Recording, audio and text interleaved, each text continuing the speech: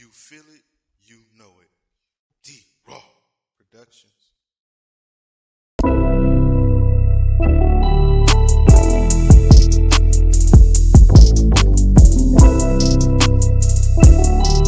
Houston Sports Connoisseurs brought to you by D-Raw.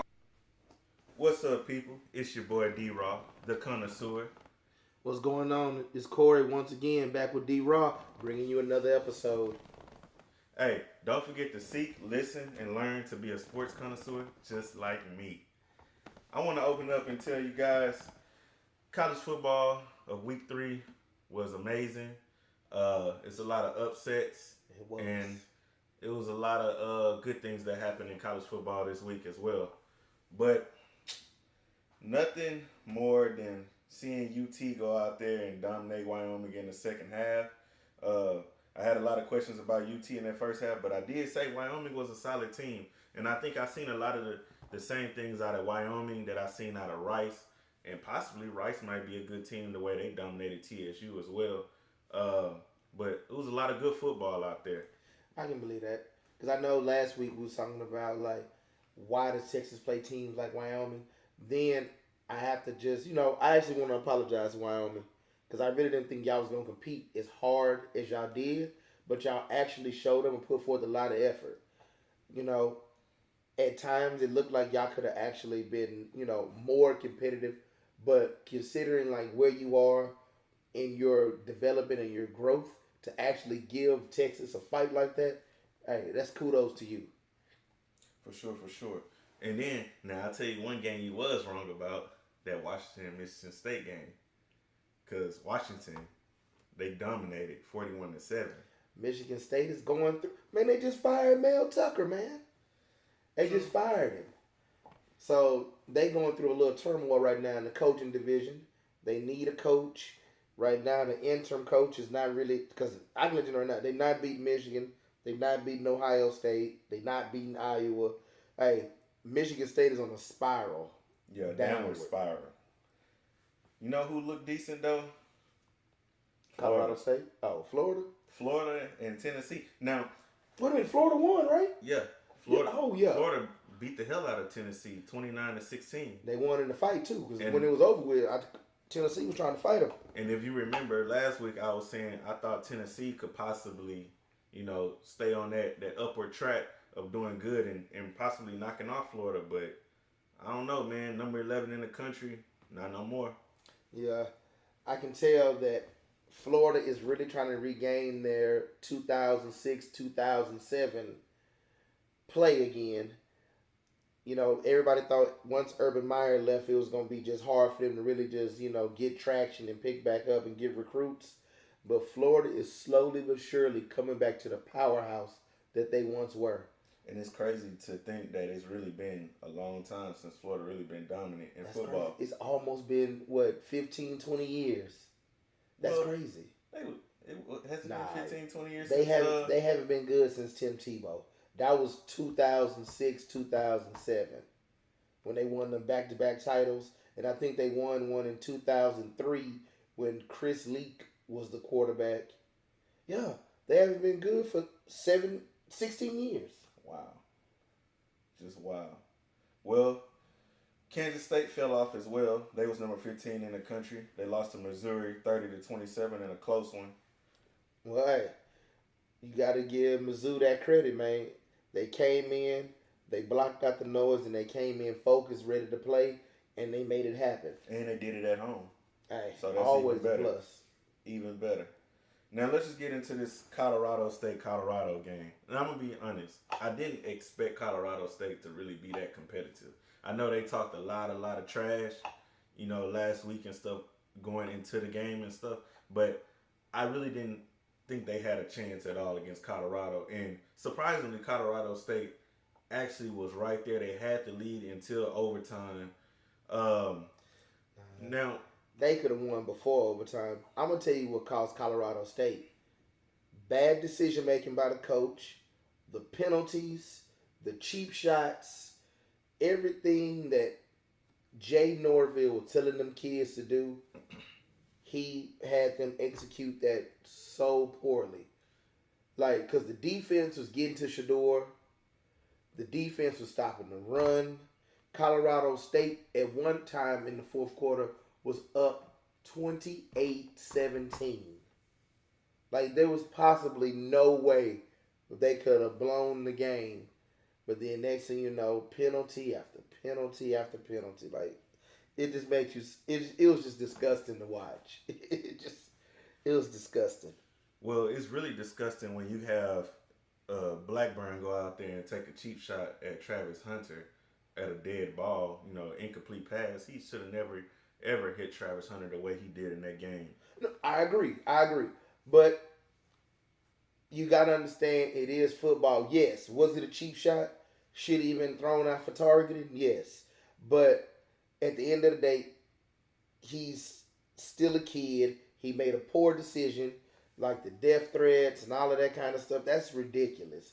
But the fact that Jay Norville actually condoned the play and made it seem like it was okay, and let him run back out there on defense. I feel like, honestly, if anything, Blackburn should have been suspended at least a game or taken out for the rest of the game or something. Yes, because that was just out of line. Bro. Yeah, that was just unnecessary. And the fact that we sit here and try to glorify it and make it seem like, oh, it was a play that, changed the tide of the game. Yes, but it didn't change the tide of the game for the better. Mm-hmm. That was a malicious and brutal hit that was uncalled for, and the fact that the coach made it seem like it was okay by awarding him, by letting him go back out on the field and play some more, that's just deplorable. Right. And now Travis Hunter is out for 3 weeks. With a lacerated liver. So that means he'll miss USC and Oregon for sure. And those are the two major games. And they need him for both of them games. Because what I see from Colorado, that offensive line. And see, that's what I was going to get into. The way Colorado State competed against Colorado, it makes me question how good is Colorado. I know Deion is a damn good coach and things like that, but where do you really see their season going from here? Well, I said from the beginning, I didn't see them winning no more than maybe going like 8-4, 7-5 with a bowl appearance. That's the best I can see, because number one, their defense cannot stop the run. They're okay on pass protection, but on the offensive side, they're limited on weapons because Travis Hunter was like their Swiss Army knife as far as like doing everything. Now they're getting the tight end involved. They have one more receiver. I forgot the gentleman's name, but I think he is number 11. He was showing up, but the way they kept flushing Shador out the pocket, he had to keep making these quick decisions. It's like, you can't be able to do that against Oregon because Oregon is faster and stronger, and you already know USC is better than Oregon, so they're gonna be even faster and even stronger. And you're going against Caleb Williams. I don't see them winning either one of those games. I feel like Bo Nix is gonna put up good yardage, a lot of touchdowns, and less interceptions. I feel like this game right here, Shador is gonna have a bad game only because he's gonna be under so much pressure. I feel like I really see a 3 interception, 1 touchdown game for Shador. Nah, Shador ain't turning the ball over like that, bro. He gonna turn it over this Saturday. All right, we gonna see. We're gonna get into that a little later, but some more recap. LSU exploded against Mississippi State, 41-14. About time, Brian Kelly. About time. They starting to, go up the upward trend to showing that they actually are a pretty decent team, because week 1 they didn't look too good, but week 2 they really didn't play nobody last week. But this week they got into some SEC play and showed that they are still dominant against SEC teams. They gonna fizzle out against other SEC teams. Like if they play Georgia or Alabama, no, not Alabama. I'm not even including Alabama no more. Alabama going through too much stuff with Milroe and the other quarterback. Nah, I think Nick Saban, he just, I don't know what to say about old Nick, man. It's not Nick, bro. I think they just kind of hit a little bump right now with the quarterback thing, but they say they found, made a decision on who the quarterback going to be. They went back to Milroe again. And we'll see what they do. But Alabama did end up pulling off a hard win against South Florida in South Florida, 17-3. Although the score don't say hard, but if you look at the game, boy, that first half it was 3-3 until halftime. Man, that little running back was running all over them for South Florida.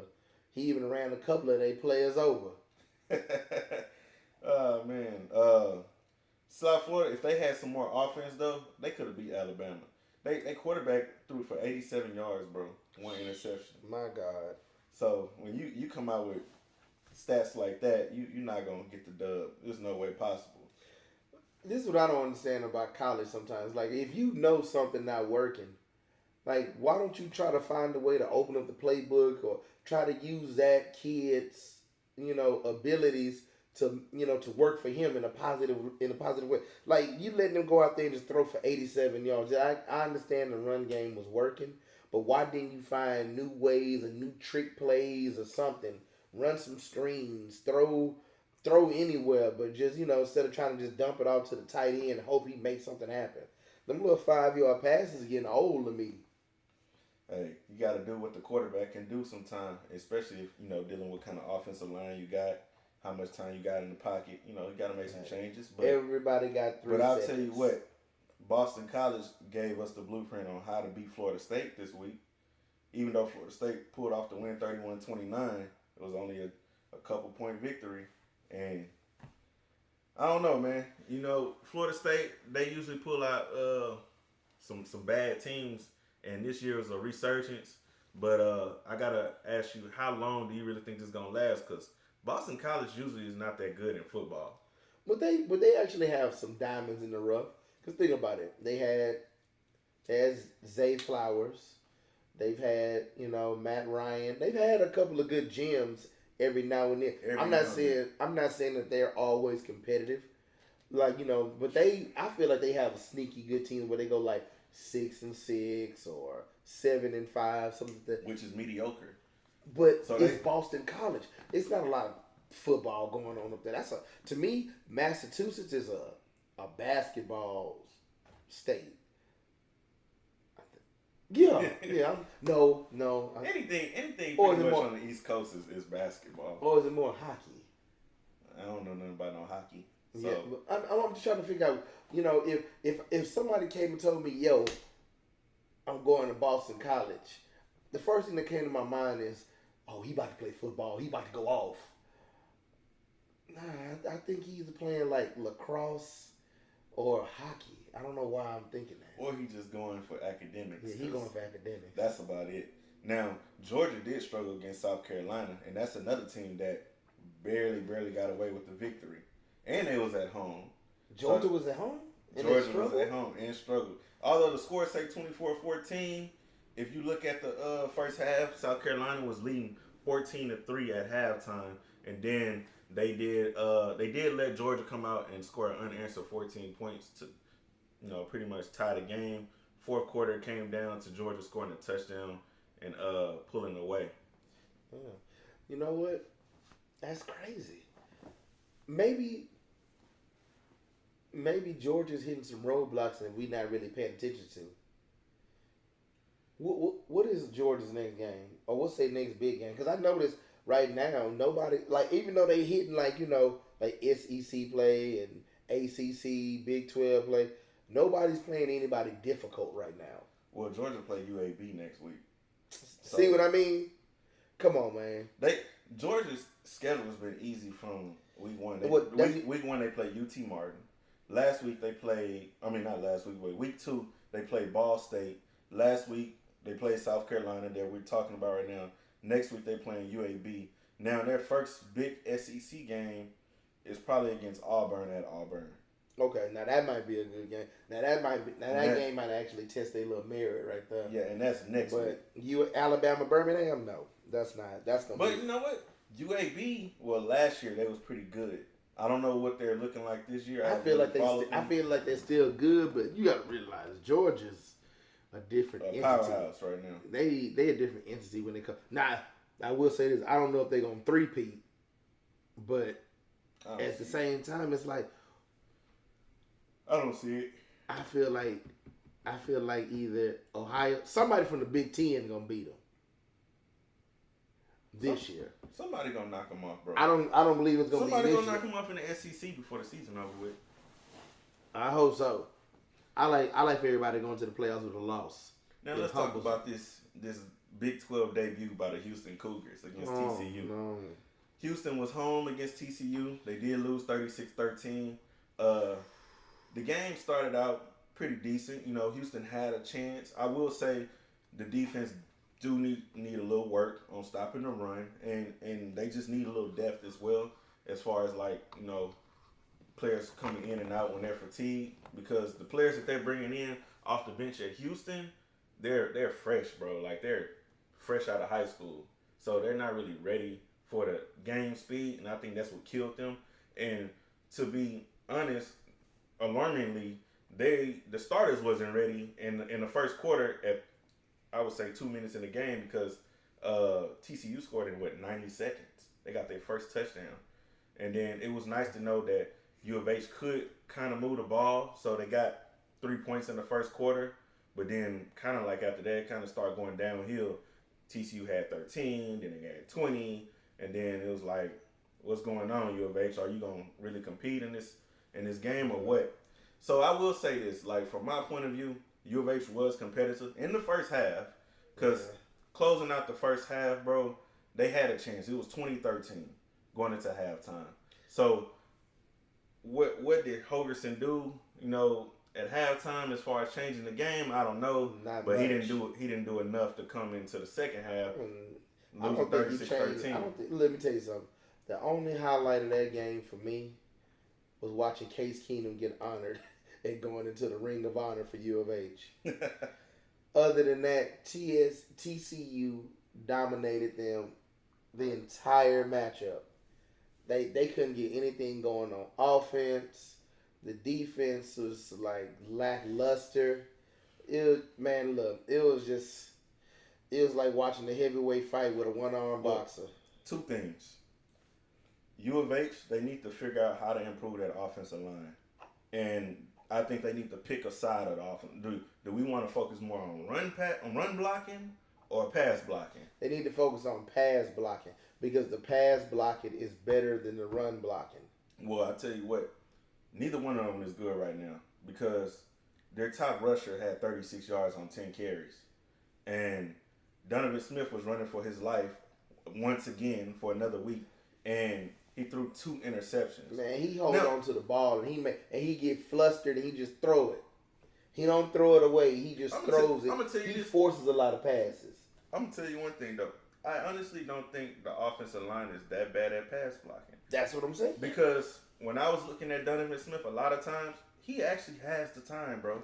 You could sit there and count, you be like, 1, 2, 3, 4. Anytime you got more than 4 seconds, you already know your line is doing their part. He'll still take the snap, back up. He'll sit in the pocket, bro, and he'd be looking around like, bro, like, throw the ball. Like, what? Why are you taking so long? And then he'll take all that time in the pocket, and he still make a bad decision. So, Dion, you already know what his problem is. He does not check down on his progressions in time. His eyes are always focused on one receiver. That's true. And then once that receiver is completely covered, then he'll try to quickly, like, you know, either force the ball somewhere where it shouldn't be, or he just try to find, like, you know, either try to throw it to the running back, tight end, and they cover too. What he needs to understand is, if your first 2 options aren't open, just run. Just run, bro. You've already wasted. And then it's like, bro, you're what, 6'5", 240 pounds.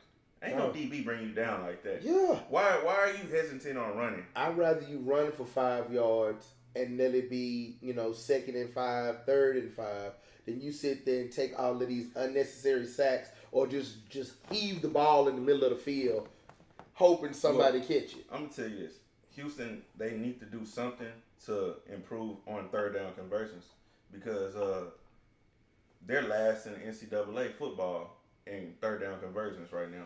And every time I look up there, 3rd and 3, 3rd and 1, 3rd and 5, 3rd and 15, and they're never converting. But we saw these struggles in the UTSA game. We really saw these struggles in the Rice game, and now it just comes into full fruition in the TCU game, and the fact that the coach is not making the adjustments that he needs to is really just it's getting disgusting at this point. Like I'm trying to like you've been here long enough to know like hey, you know your quarterback's strengths, you know his weaknesses, you know what you have as far as the offensive line goes. You need to call plays that you know that's gonna better Donovan Smith. He needs to gain momentum. He needs to gain confidence in himself, and you not doing that. So, you just throwing him out there to the wolves. Oh, figure it out. Hey, I trust you. You was here last year. No, he wasn't. He wasn't there last year. Oh, okay. So he just transferred. He got him through the portal.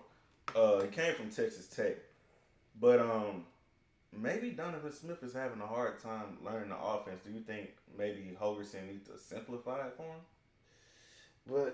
But how slow can you make it though? I mean, I don't know because like if you came from a spread offense, he putting you in the spread offense. Well, he putting you in the air raid offense. But it's still spread, It's so still that means spread. you can still see the entire field. That's the same thing you did at Texas Tech. So that means your ability to read defense is the reason why he even pulled you out of the portal. You should be able to read defense. You should be able to see like, okay, well, they running a 4-2-5. They running a 4-3. This is cover 2. This is cover 3. You should be able to see that. He don't read none of that. He just Sometimes he'll get up to the line. He just snap it in. Yeah. And I think that's part of his problem. He don't even know how to read the defense sometimes. And then a lot of times I've seen him throw the ball before the play even finished for him. And I'm like, oh man, this dude here wilding. Yeah, bro. Like they got to do something. And just now, I will say this: the first half, the defense played pretty well.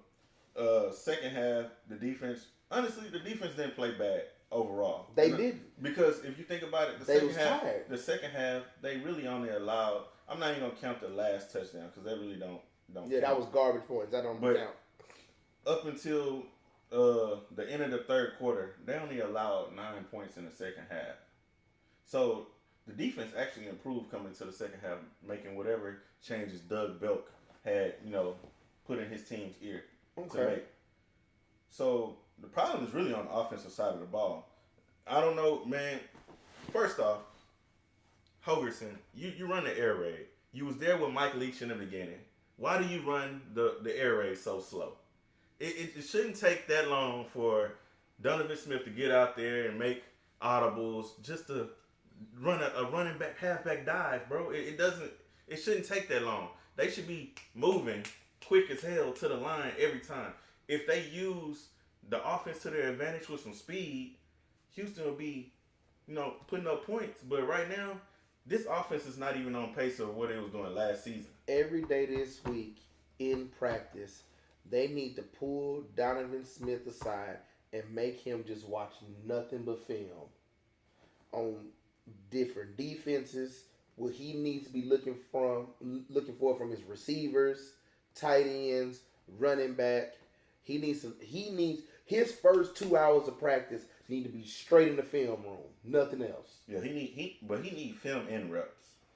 That's what I'm saying. I said his first 2 hours. Then after that, he go out there and get some reps to execute what he just watched on film. He needs to just work on progression 1, progression 2, running. Yes. And that's it, bro. That's it. Now looking at Rice takes on South Florida this week. This actually should be a pretty interesting game because how South Florida just played Alabama and how Rice has been playing, how they played UT, how they beat Houston, and then they dominated TSU last week 59-7. And I would say this, bro.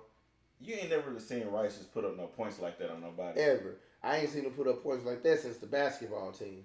So, seeing them take on South Florida, do you really think Rice will show up and show out as the better team? Or you think South Florida might pull it off? I think the game is going to be competitive. I think it's going to come down to a single possession. But I feel like Rice just has the slight edge over them because of your favorite quarterback.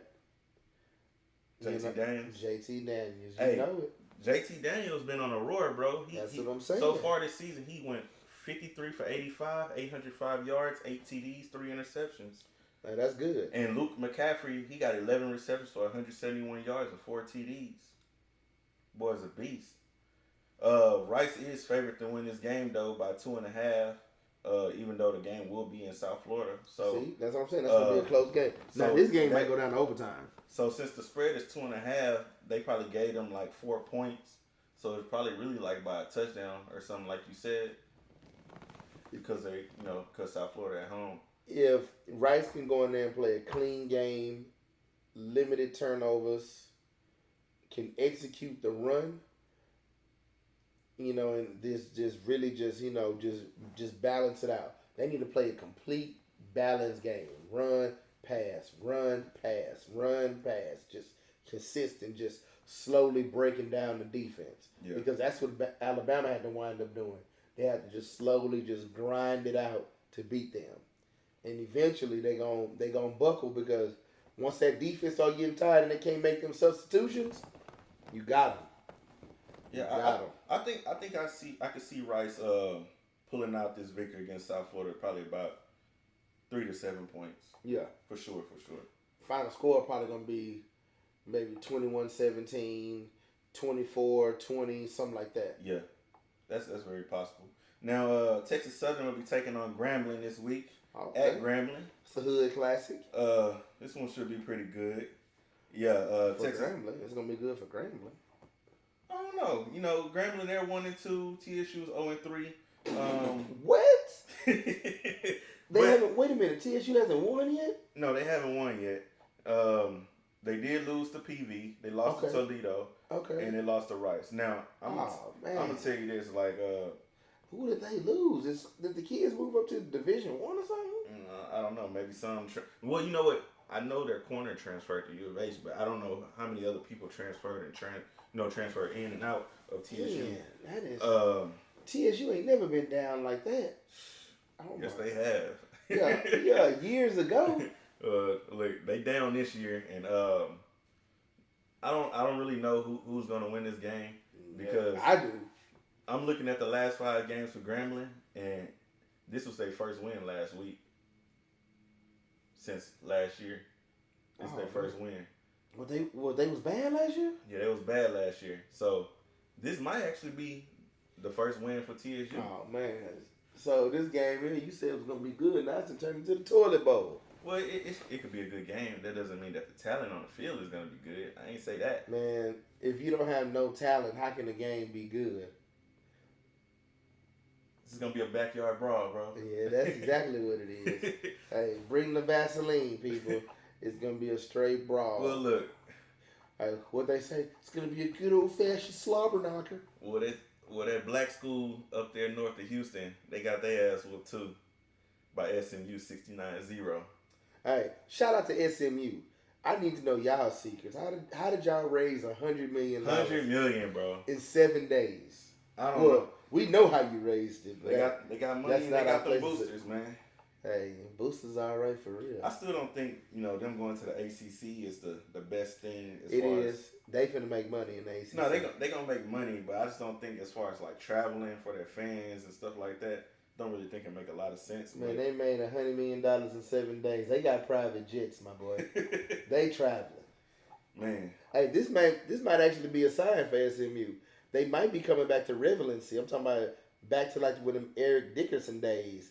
They might actually be out here pulling it through. Well, them going to the ACC, they should get there, and then them getting that $100 million, and then they got a lot of new possibilities ongoing at their stadium. I know they got like $130 million stadium expansion. They're supposed to upgrade their locker room, their stadium, and things like that for them to make that transition to the ACC. So what was $100 million for then?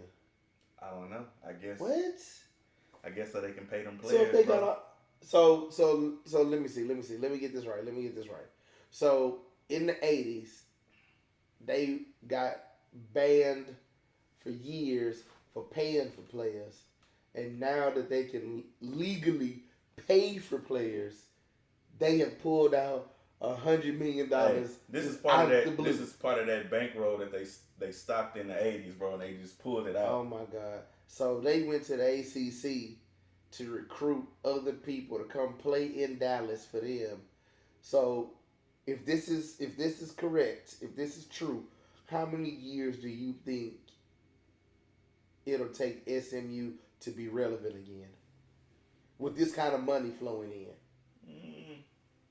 Probably 2 years. Damn. They got to do it soon because we really don't know what the trajectory of the ACC is because they're probably going to lose some of the big schools. So honestly, you really don't know where the ACC is really going. Well, where the schools going? Well, you know they've been talking about Florida State leaving. To go where? Probably to the SEC. Come on, bro. Wait a minute. So you know what? And you know if Florida State leave, Clemson gonna leave. So it's really getting. So that means North Carolina gonna leave too because they actually relevant now. Yeah, but shit, we've been seeing a lot of man, this is insane. A lot of old rivalries being broken. But we've seen a lot of old rivalries being renewed too. Really, if Florida State leave, Michigan leave because those two, that's a big rivalry.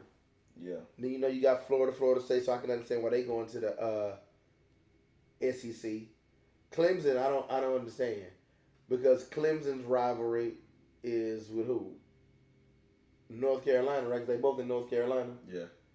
Okay. Like. I mean, So is it all coming down to just the Big Ten and the SEC? Everything else gonna be deleted. It's gonna be Big 10, Big 12, and SEC. Well, they might. If the ACC really crumble like some people are saying, bro, and those other teams that people really don't want the ACC, they probably some of them gonna probably fall to the Big 10 or they gonna create some other conference, join the American or something like that. They gonna probably go to the MAC, the SWAC. The Sun Belt. Sun Belt. You got Conference USA too, and American. So, you got options. But those don't generate money like that, though. Not like none of the other. You only see those games on TV after they've been like. Well, I'm gonna say this. I think most likely it's gonna stay a Power 4 at this point. Yeah, I can see that. Hey, because I feel like. Well, hold up. The ACC needs to stay around because that can be that fourth one, and they can bring in other powerhouse schools to them to where because you got to think about it's over like what? It's 120 schools in the Power 5. It's 120. If you break it down to just 4 divisions, then you can probably put like 30 in each one. I don't know how that's gonna work. You got a North and South. And bam, they just, I guess. Really what they just need an East, West, North, and South division. Yeah, that's it. And then all the rivalries would kind of make sense. I don't know why they don't just go back to the old conferences, bro. They need to just go ahead and bring the SWC back. Yeah, they need to do something. Because this is getting out of hand. Because people want to leave because they get more money from this and that. That's what it's really all about. Because I'm telling you, these NIL deals are ruining college football. Yeah. Because they are going to great lengths to pay these players. So what that's going to do is going to cause massive transfers. It's going to cause a shift in power. That's why you see schools like Alabama. You see schools like Florida State, Florida. You see schools like Oregon.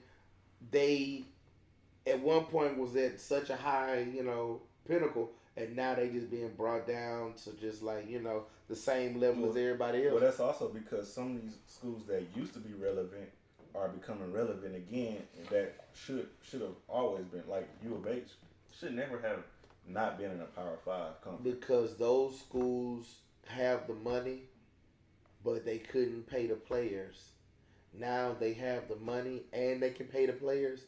I'm telling you, we're gonna start seeing schools in the national title game, like, where did this school even come? Because I'm telling you, I don't think it would get to that. But I will say, the new schools that they are adding, like SMU, Houston, schools that are in big markets that can offer big NIL deals, they're gonna be relevant. Man, look, Colorado was 1-10 last year. These boys is now having Lil Wayne come out there. That money is making a big difference. It is. Because, and then what was the other school you were telling me about that beat, what was the school that beat, Texas, was it like, who did Texas State play week 1? Baylor. Baylor. They getting all that money too. Yeah. But schools who don't really pay a lot of money and they stay consistent, like Appalachian State and stuff like that, they not really benefiting from this. But somehow they still remain to be competitive every year. But let's wrap up this college football week. Okay. PV, they're gonna face off against Alcorn State. That should be a win for PV. It should be. I can't really get into too many details on what I expect from each team, but Alcorn usually be pretty decent in football. PV be pretty decent, so it might be a close one. Might be maybe I'm looking seven to 14 spread. I'm looking for a defensive standout. Yeah, I don't think you're gonna get that out of them two. But HCU, man, Houston Christian University. I thought that they was gonna be pretty decent against UT Martin, and I really don't understand this. Now, last week against Western Kentucky, they lost 52-22. Okay. And then this week they played UT Martin, and they lost 66-7. Oh man! How do you lose worse to UT Martin than you did to Western Kentucky? And Western Kentucky is way better. Way better. Hey, that's because Western Kentucky took their starters out early. You think that's what it was? Hey, let me tell you something. I think UT Martin just went all the way in. All gas, no brakes. They just like, forget it. Man. Well, I tell you what, that new head coach down at HCU was not happy about that loss. And this week they face off against Southeastern Louisiana. And that's a 6:00 game. Another away game at that.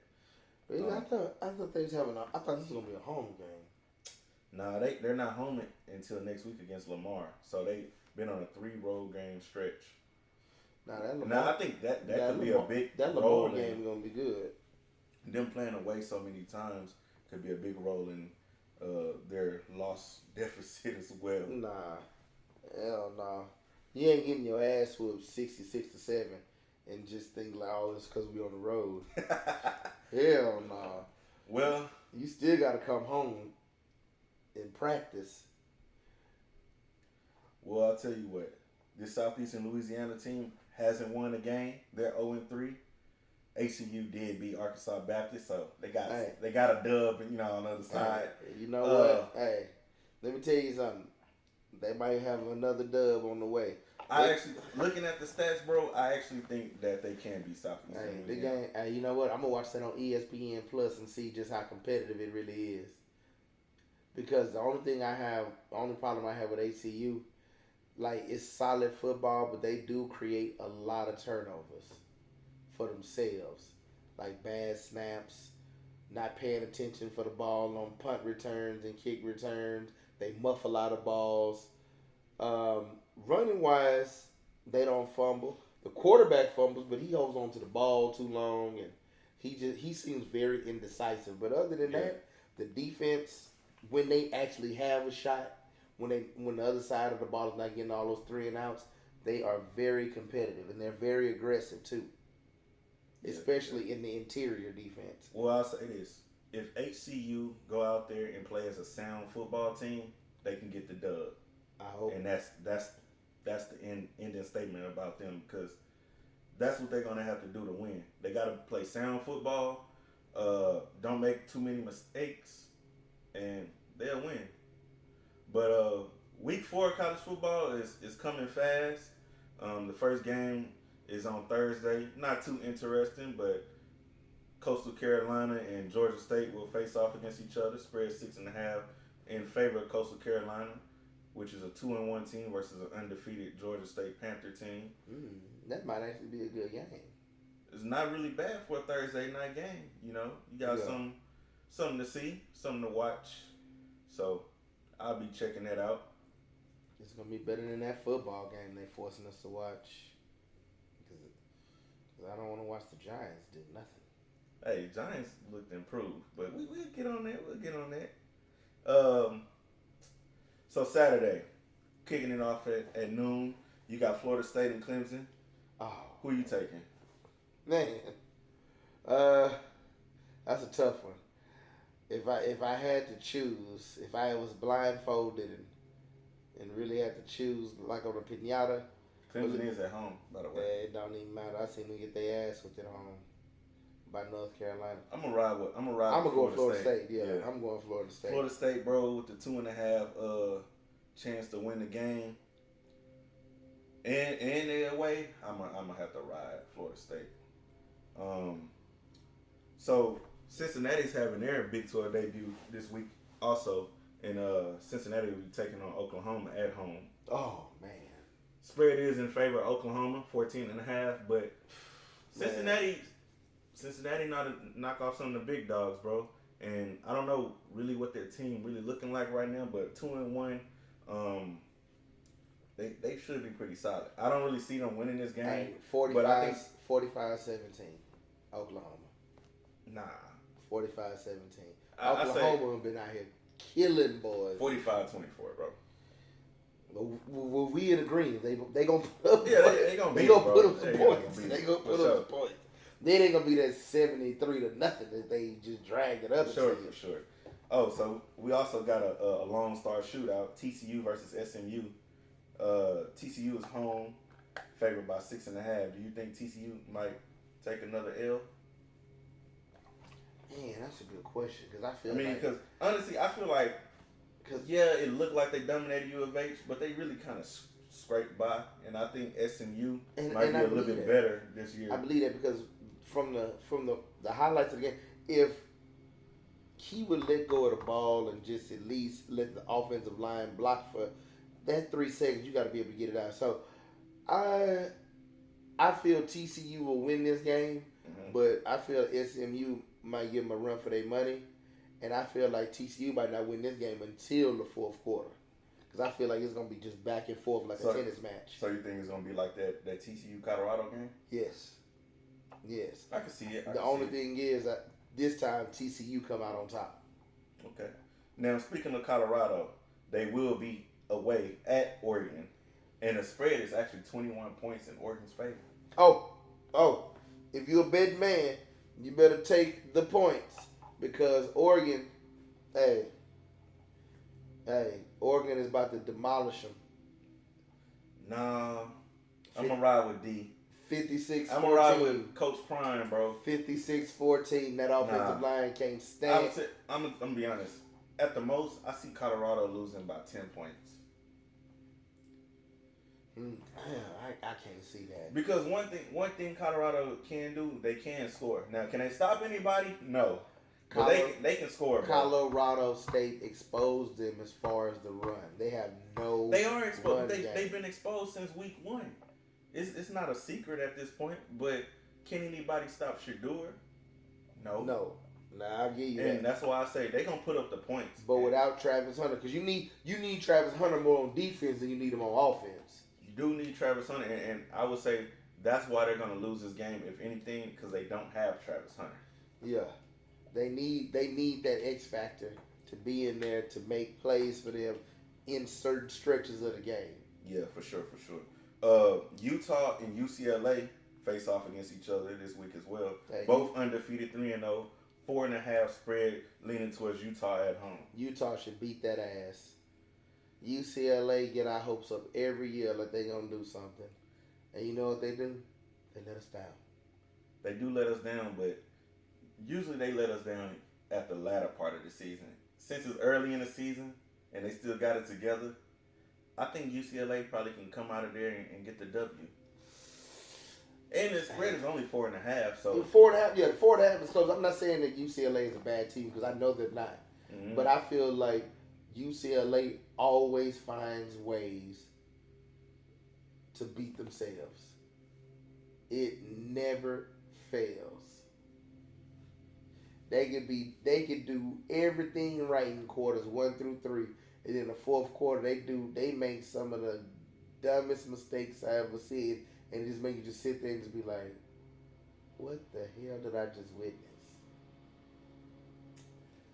I don't know, man. I will tell you this week is really action packed for college football versus last week. It's a lot of ranked teams going against each other. It's a lot of ranked teams going against each other, and it's a lot of teams that probably only got like one loss or undefeated going against each other this week, for sure. And that's just through every conference. So it's really hard, people, for me to hit every game this week. But I'm gonna try to hit some of the major ones. Ole Miss at Alabama. Ole Miss gonna win that game. You think so? Yeah. 7-point spread. Lane Kiffin finally got it figured out, man. He undefeated, bro. 3-0. He got something figured out. Hey, do you know how close he was last year to winning? And he just, at the last second, blew it. He got him this time. He's very, very close. And honestly, I mean, if he got his recruiting on point, what is really the big difference between Alabama and Mississippi? Ain't too much different between them two states. Damn. I ain't kidding. BYU and Kansas, they face off against each other. Two undefeated teams. I think this will be the opening for BYU to debut in the Big 12 as well. And they'll be playing at Kansas. Spread 8.5. Kansas got an electric offense, for sure. Somebody's telling me that. I haven't really seen much from BYU as far as, because I haven't watched it. Hey, that's what Les Miles coach at, right? Kansas? Yes. Oh, yeah, he didn't turn that. He's turned the offense around. No, bro, he didn't turn that whole football program around. Like, they got so many things going into that football program now as far as, like, money and improving and stuff like that. It's crazy. They probably took it out that basketball budget. Yeah. Because that's what generates most of their money at that school. Yeah. The basketball But you think about it, if they can get their football program on the right, all you need is a chance. I believe you on that one. that's going to help improve their basketball. Because in more football ways brings than in one. the money. Football brings in that money. Now, for the late game, you got LSU. Actually, got a couple games. You got LSU and Arkansas. They face off against each other. This should be a blowout, though. That's a good game. For who? LSU should blow Arkansas out. Spread 17.5 at that. Oh, yeah, that means Arkansas is But they both 2-1, so I don't know. But you know, Arkansas, they did just lose to BYU by like a 3-point loss at Arkansas. So that kind of go to show how good BYU could be or how bad Arkansas is. I don't know. That game is a toss-up. But one game that you probably want to keep your eyes out for is Oregon State and Washington State. Both undefeated. Washington State at home. And we know this Washington State Cougar team like to put up points, and so does Oregon State. And I think that might be a shootout of the week. Yeah, because both of them teams like to run, they like to do trick plays, they like to do different options. Like, that game is going to be wild. I can't wait to see that one. Man. All right, so to wrap up this week, we got to talk about Houston playing Sam Houston State. Does Houston get another victory, or do they fall to 1-3? I'm not really sure at this point because Houston really haven't shown me a lot to really be proud of. I seen Sam Houston State play very well against BYU in the first week, and I would say they got a solid defense. I know the spread is leaning towards Houston by like 12.5. Houston has a 78% chance of winning this game. Oh, then they got it.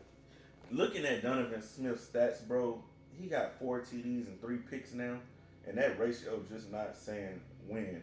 But looking at Shoemaker's stats for Sam Houston, he has not thrown a TD yet, and he has 3 interceptions. Ew. So, who's really going to win this game? I'm going to tell you what's going to win the game. Defense. Whoever has the better secondary in this game, that's who's winning this game. Because there's going to be a lot of interceptions thrown. Well, I'll tell you this. I think Houston do have the better defense, have the better secondary, and the front 7. They should be able to dominate against Sam Houston, especially a team that's just getting into a Conference USA play that used to be on the FCS level. Houston needs to dominate in this game. Yeah, we should. And I'm going to be honest, like, if they don't win this game, bro, I'm out for this season. I'm out. Nah, don't say that, man. Nah, bro, I'm out. Don't say that. Because don't say that. Come on, man. Look, he That you told me rice really earlier. did it for He me. just transferred in, so like you said, he got to just acclimate himself with the system. Yeah, I did say he came from a spread like he was at Texas Tech, but you can't just count him out this soon, this early. It just the season is still young, like we said before. If you lose early, find your rhythm at the end. You can play for a quality bowl, and that's what they need to do. Now, is the coach gonna really just coach him up to get him there? That has yet to be seen. But everything else, everything he can control, he needs to do it. Starting with just watching film, preparing himself for whatever Sam Houston State about to throw at him. They finna throw literally everything at him. So the over and under is 38 points. Do you see it going over 38 or under? Over. Because that's 38 for both of them combined. That game gonna end like 31-28. I'm telling you, that game gonna be close. So you don't think Houston gonna beat them by 12 points? No. That's I don't sad. think so. That's the sad part. Man, we've been struggling on offense too much. I'm really going down the stretch giving them this 31 points. You are. You really are.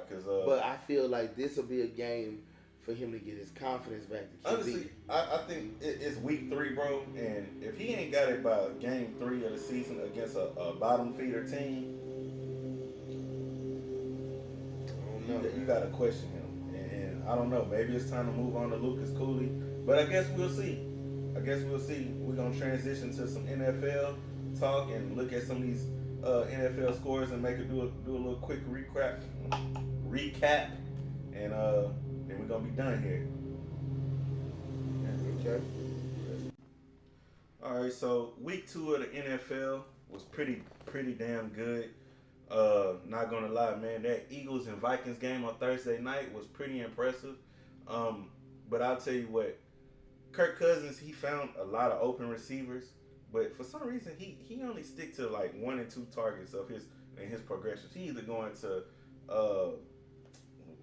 Justin Jefferson, as he should, and then he go to the new receiver, right? Addison, right? No, Hawkinson. Oh, the tight end. He all right. But Addison, he did find him deep down the middle, that one touchdown. And I think it was like the 4th quarter. But it's like, no, it was the 3rd quarter. And then after that, bro, it's like he never looked for Addison again, which I didn't understand. Addison had been open a couple times in the 4th quarter on them drives, and he just never looked that way. He just always looked Justin Jefferson. He go Hawkinson, and then he'll go to some nobody-ass receiver after that. All right, so tell me this. The Vikings are 0-2. I feel like Kirk Cousins played his best game Thursday night. He played his best game of the season so far, even though they 2 games in. Justin Jefferson, 2 weeks in a row, he had over 150 yards, still resulted in a loss. So at this point, do you think it's time at the end of the season to upgrade from Kirk Cousins, or try to find a trade partner for him now? Well, the interesting thing, since you said that, I just seen some news come out that maybe Kirk Cousins could be a possible trade, a quarterback being traded to the Jets. But what they gonna do with Aaron Rodgers? I mean, damn, are they gonna let him go? They ain't gonna let him go. But they say that Rodgers supposed to return by the playoffs. But that's what I'm saying. So if Kirk Cousins is in a groove, I guess it just depends on. I mean, if Kirk Cousins come in, he fit the system well, and they thriving like they supposed to, then you just leave Aaron Rodgers on the bench, bro, and then you could trade him in the offseason. What I came to realize is I used to give Kirk Cousins a lot of scrutiny. He's not a bad quarterback. He's average. He's like, but he proves me right though. He's a good quarterback, but he can't get you over the hump. No, because he be right there on the threshold, but he can't get you over the threshold. Yeah, you was right about him in this game because you said he never does good in big games, and although he did good, he didn't do good enough to get the win. But in crucial and clutch situations, he always made a bad pass.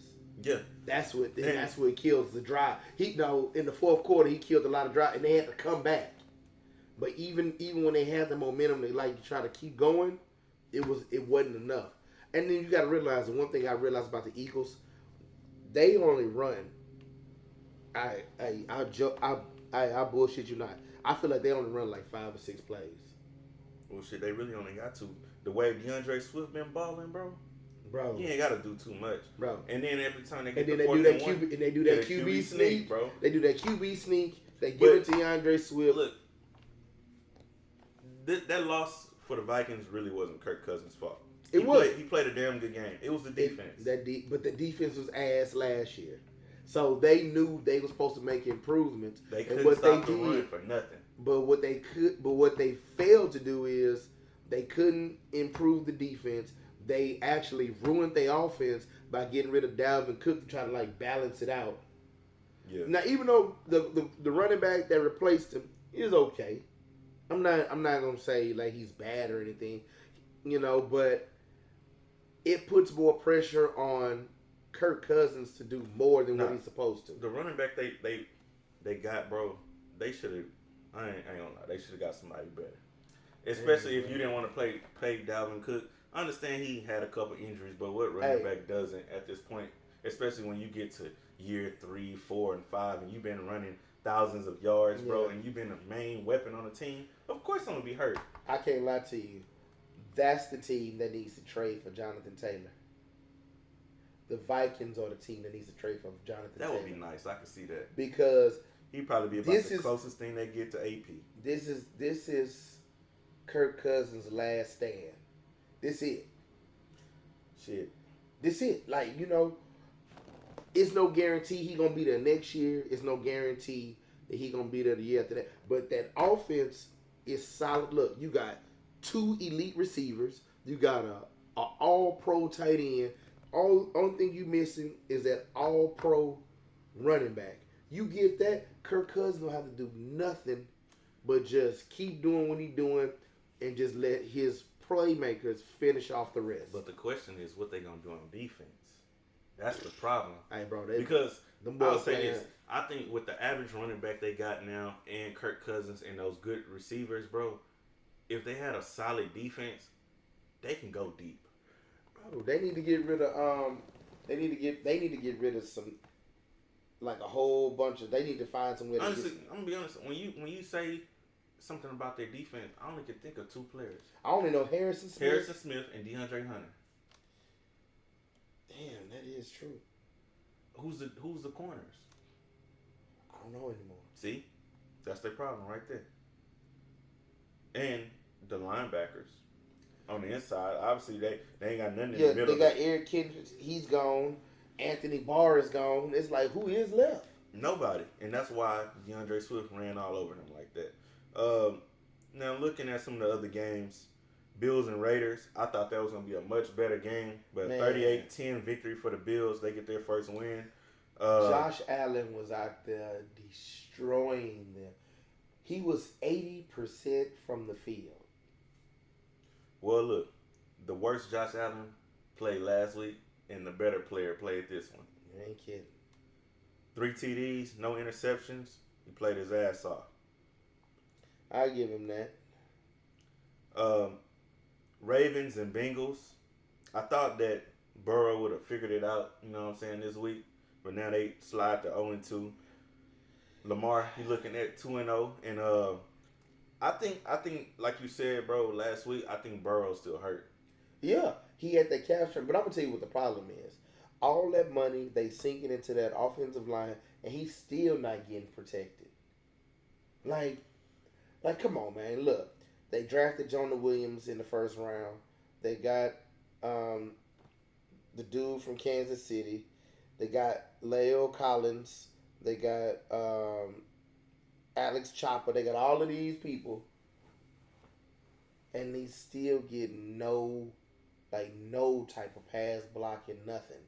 And it just seems like a straight struggle every time he out there. Well, I'll tell you this. If the season continue to go that way for them, the Bengals will be looking for a new coach. Oh. For sure. A couple close, good ones. Seahawks and Lions. Chargers and Titans.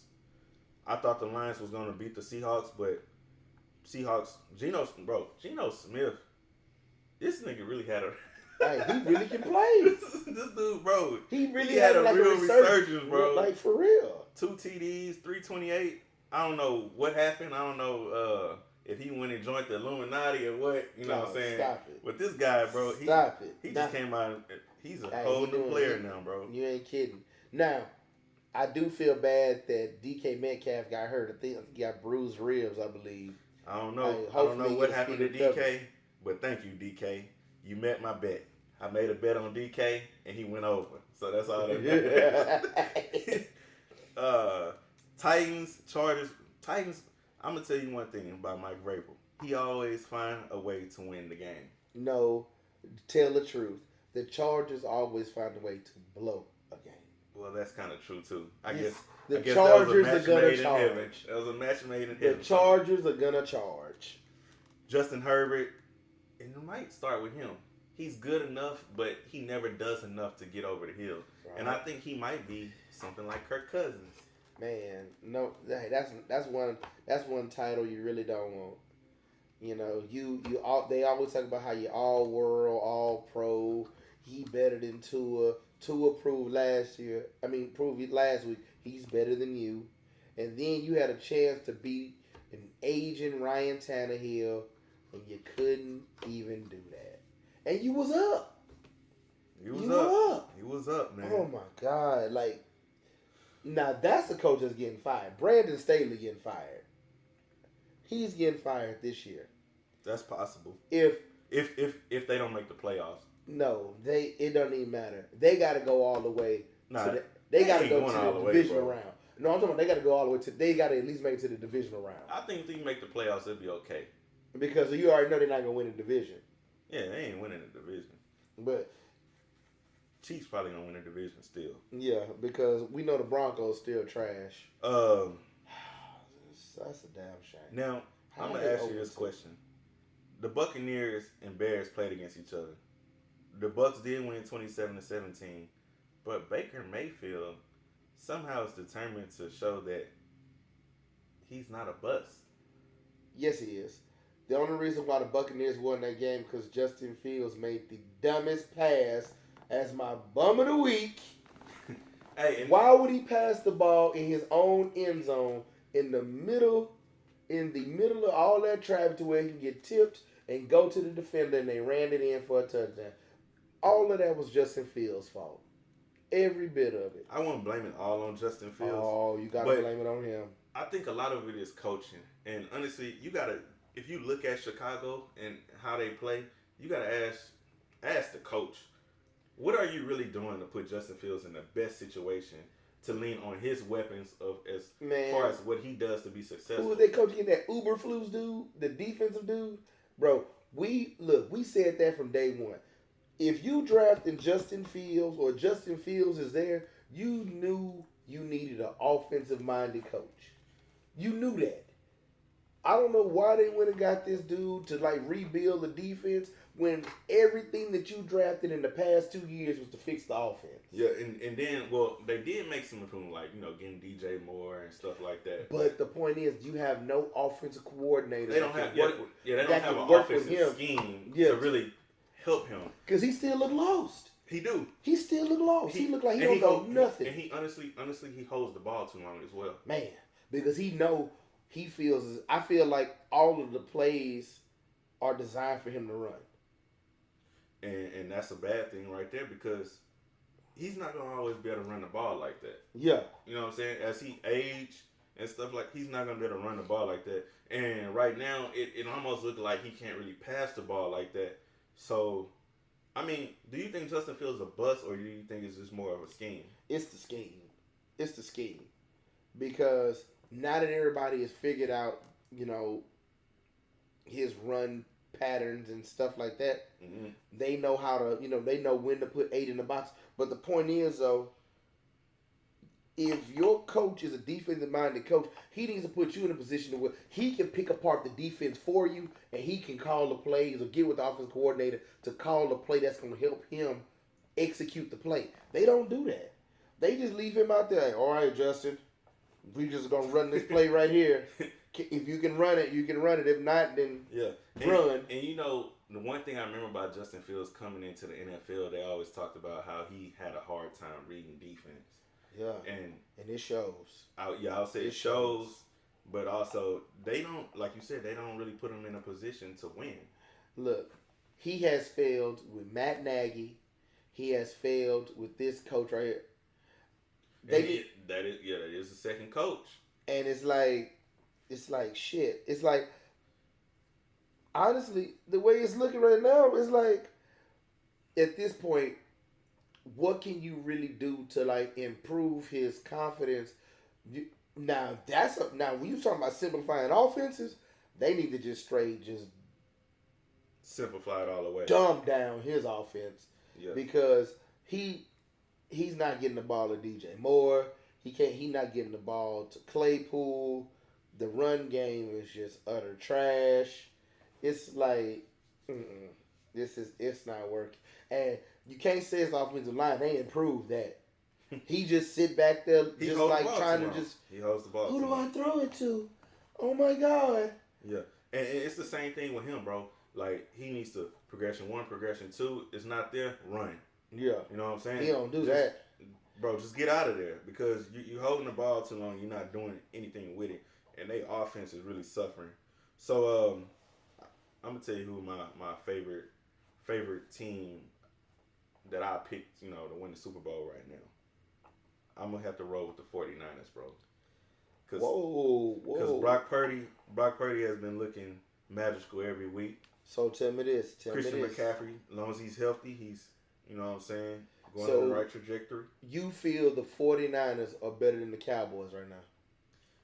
Cowboys, yeah, because, all right, given that the 49ers, they did play a Steelers team that didn't look like they was on the right page week 1, but this week they came and beat the Rams, and I feel like the Rams was very, very competitive. I seen that game, but speaking of the Rams, bro, that Puka Nakua dude, that rookie receiver, boy's a monster, bro. Put him on your fantasy team. 15 receptions, bro, 147 yards. And this is his second week doing something like that. Hey, they done found themselves a new Cooper Kupp, because Cooper Kupp might be done. Yeah, and Cooper Kupp can't stay healthy. But a 30-23 victory for the 49ers. They forced 2 turnovers, so their defense on point. The offense is rolling with Christian McCaffrey. I don't know, bro. I think the 49ers is the favorite to win the Super Bowl right now. Right now, I think they are. You know what I'm saying? So, basically what you're saying is the 49ers had the Cowboys number. Y'all heard it here, folks. They did. D-Raw.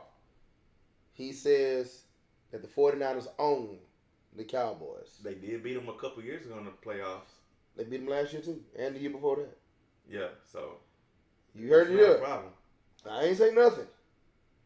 I just let him talk. So, let's look at it. Because the way I look at it, Dallas has put up 70 points in 2 games. Well, all right. In 2 games, they put up 70 points. First off, bro, Dallas played the Jets, who has Zach Wilson starting at quarterback. Hey, but the Jets still have a top 5 defense, and they still put up 30.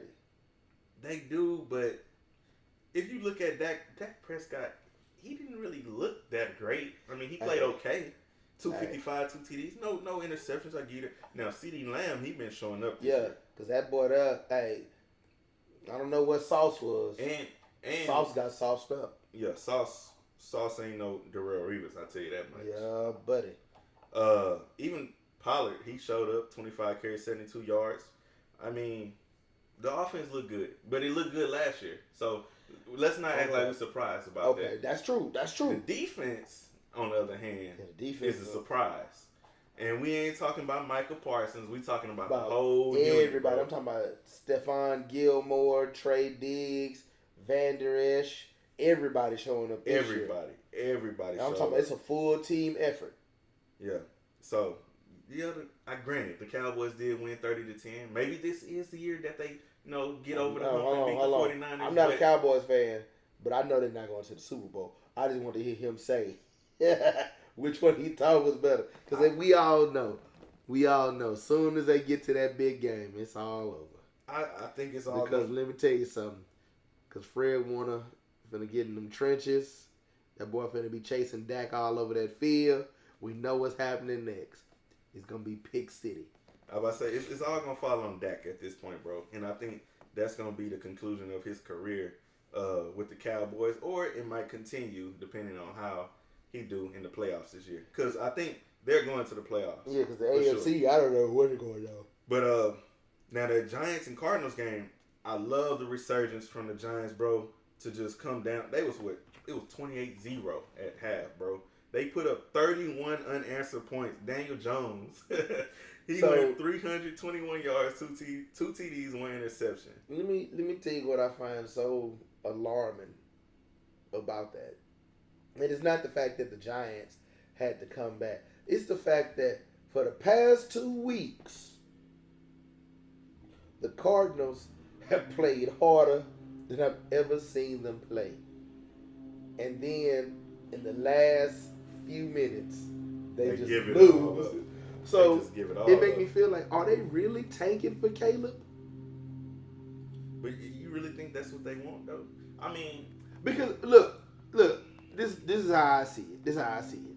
If they play their cards right, they can turn around and have the number 1 and number 2 draft pick in the draft next year.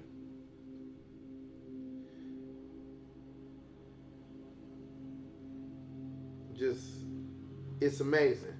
They can literally have the top 2 picks, and you already know that is Caleb Williams and Marvin Harrison Jr. They already have a 1-2 punch right there. Now, what do they do with Kyler Murray is beyond me. Because the only other team I can see getting Caleb Williams right now is, Lord knows they need it, but they're not gonna tank like that. Who are you talking about? Oh man, the Jets need it. The Jets need it. I was thinking about it, but I don't think either the Jets or the Bears. The Jets or Bears gonna wind up ending up getting Caleb Williams. I don't think the Jets is gonna really go get another quarterback, but it wouldn't hurt for him to sit behind Rodgers for 1 year. Yes, because the Zach Wilson experiment is over. Yeah, Wilson is Wilson. Yeah.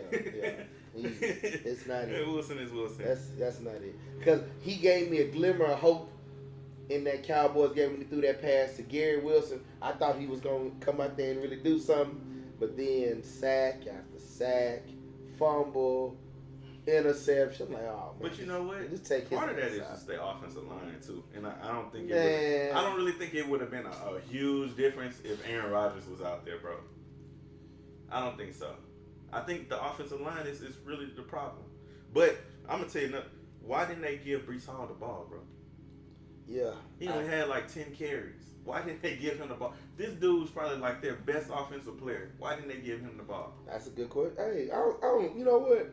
There's a lot of question marks for me with Robert Saleh. Like, I like what he's done with the defense. Why is it that these great defensive coaches never find a great offensive coordinator to match them? It's not even that sometimes. Why isn't that it's just common sense to like lean, towards the run or the pass as a coach, period. Like, it don't matter if I'm good at defense or offense. Hell, to be good at defense, you got to know how to stop offense. So that means you got to know how to generate a good offense to beat that defense. Yeah. And I feel like when you're a defensive-minded coach, I feel like you've seen every defensive scheme there is. So I feel like you should have the upper hand when a team brings their offense out to the field. Exactly. I feel like it should be like a straight-up chess match. Like, okay, like, hey, if they doing this, they in this formation, 9 times out of 10, they either going to do this or they going to do this. So let me go ahead and put my, call this certain play to where I know for sure this is going to execute and help me get the turnover or the stop that I need. Robert Saleh just be there. Mm-hmm.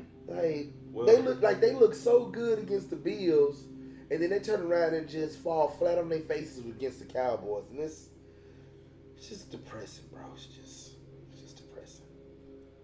Yeah, and then it's like, even if they go get anybody else at quarterback, I think they're going to stick with Zach Wilson. Oh, man, don't say that. I really do. Hey, well, the season's over. They probably get about 7 wins again, huh? They looking like, I'm not going to lie, they looking like the same team from last year without the exact same Rodgers. team. Mediocre at best. Because the defense playing hard as hell, but them 3 and outs killing their asses. Well, I'm going to tell you this, man. I figured out what's wrong with the Broncos, bro. And it ain't Russell Wilson. It's the offensive line. Still? They just plugged in 2 new people. Wilson went 308 yards, 3 TDs, 1 interception, bro, and they still found a way to lose the game, 35-33. Wilson tried to hold on for the win by throwing a Hail Mary at the end of the game. Of course, that got denied. They went down to the T, man, and Washington somehow pulled out the win against them. Washington is actually 2-0, which is a surprise to me because I didn't expect them to start off the season like that. That's a lot of teams But 2-0. I did expect the Broncos to start off to a better start. But from what I see, it's not Russell Wilson. Everybody was on Russell Wilson case and stuff. But when I watched that game, it's not Wilson, bro. It's the offensive line for sure, by far. Well, they need to make some calls in because they got a championship defense. They got a great quarterback. They got receivers. Well, I ain't gonna say he's great. He's good. He ain't Well, great. he He ain't was- great no more. Well, He's good. he's good. But the point is, he's still above average. Yeah, he above average. It ain't all on him. And everybody, the sports media and all that, they can stop that right now. It ain't all on Russell Wilson, for sure. Hey, look, at the end of the day, he gonna get the scrutiny because they not getting the wins. Well, look, the Dolphins, they showed up against the Patriots. It wasn't really an exciting game in my point of view, but the Dolphins did take care of business. Not much to talk about. It was kind of expected, you know, even though now I feel like I will the say Dolphins this. struggle. I will say this. Looking at the Patriots, I didn't realize, but they actually do have a decent receiving core. I didn't think, but they got Devontae Parker and Juju Smith-Schuster, and they got what's the tight end? Hunter Henry. Hunter Henry. I didn't know he really had all those targets. Yeah, he actually got a solid. The run game is decent Yeah, too. the Stevenson. They actually have. I really don't know what's wrong with this team, bro. You know, I can tell you. You think it's Mac Jones? It's Mac Jones. It's Mac Jones. Well, I tell you what. If the Patriots end up with a top 10 pick, it'll be another quarterback probably. Oh man! Now, believe it or not, because I could actually see Drake May in a Patriots uniform. Because I'm gonna be honest, like if they don't win that many games, it's gonna be because of quarterback play. It ain't Well, gonna be because of defense. I put it to you like this: if they lose next week, they gonna put Zappy in the game. If they are losing or he makes another costly mistake, they putting Zappy in the game next week. It is what it is. It's like it's time to. You got to know when to just give up and just understand that some quarterbacks are just not going to change. Yeah. Saints and Patriots faced off against each other. Derek Carr, he didn't play that well. Oh, you talking about Saints and Panthers? Yeah. Saints and Panthers faced off against each other. 20-17 victory by the Saints. Derek Carr did not play that well, but he did enough to get the victory. I will tell you one thing: your boy ain't looking too good on the Panthers side, bro. Young is going through straight hell right now. Hey, a lot of his limitations is actually because of his size. Man, his limitations because of that receiving core. His receiving core not that bro. bad. Adam Thielen is his number one target. Come on, bro. It's not, but I'm gonna tell you, bro. His run game, his trash. limitations. Miles Sanders is like not what he used to be. Like, man. His limitations, bro, is because of his height. He can't even really see over that old line, bro. That's why he has to roll out. And he ain't no Drew Brees, dog. Man, he not. Like, how tall is he? Like, he got to be like, what, 6 feet, huh? They probably like 5'9" or something. He can't be no 5'9". That's too short. They probably got him on paper like 6 feet or something, but he ain't that tall, bro. You can look at him. That boy's small. Browns and Steelers. Deshaun Watson blew another one. Deshaun Watson was horrible. Well, he did win last week, but he wasn't good in that game. He wasn't either. good. Yeah. He damn sure all the turnovers he committed in this one. Ooh. He's not looking like $200 million guaranteed. I tell you that much. Hey, so this is what I want to know. Like, what do you do with that? Like, are you even able to trade that? Well, I'm gonna say this. I think before they traded Deshaun, they'll actually go in another direction for coach, because Stefanski, he already had a couple quarterbacks, and bringing Deshaun in and guaranteeing all that money, you're gonna ride with Deshaun and see if you can revive, put him back on course to doing what he was doing with the Houston Texans, bro. But him losing Nick Chubb, Nick Chubb been out for the season from a nasty injury, and they signed Kareem Hunt today. Okay, well that's So good. they'll help them with Jerome Ford in the backfield. So he looked good. Jerome Ford he looked very good last week. And Kareem Hunt already know the offense, so that's gonna be smooth. Exactly. I don't know how many wins the Browns gonna get, but if Deshaun keep playing the way he's playing, I look for them boys to probably go like 4-13 or something, bro. Ooh, that benefits the Texans. Yeah, all the benefits to the Texans, bro. It benefits all the benefits. Like without Nick Chubb, I say they gonna get about maybe 6 or 7 wins. If they would have had Nick Chubb, because really you can take the ball out of Deshaun's hands at that point. I was only gonna give them 9 or 10 wins anyway. They weren't gonna make the playoffs either way because I actually thought they was gonna make it. Man, the AFC North is too hard for them to get in because you got the Bengals, you got the Ravens, and you got the Steelers.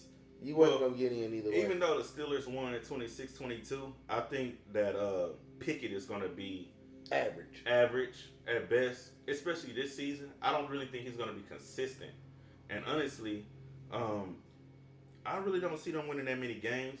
I really don't see them keeping that streak alive with Mike Tomlin for having winning seasons this year. No, that's gonna end this year, cause they definitely going 8-9.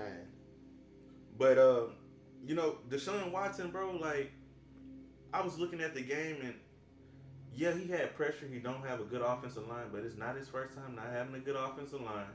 That's true. But the times he have been able to sit in the pocket, he threw a lot of passes that was just inaccurate. I saw, especially towards that sideline, bro. Them balls was too high, too far out. That pass to Donovan Peoples-Jones, and then he was trying to look for that flag. Like, bro, that ball was so far out of bounds. Speaking of flags, bro, what's going on with Deshaun, bro? He running out there, he's scrambling, grabbing people by face masks, throwing them down. He did that twice. Yeah, like I don't know, man. They've been saying a lot of things about Deshaun, and Deshaun just not. But one thing I do know that's actually true. If you take off more than a year from the NFL, you will never come back the same. Look at Le'Veon Bell.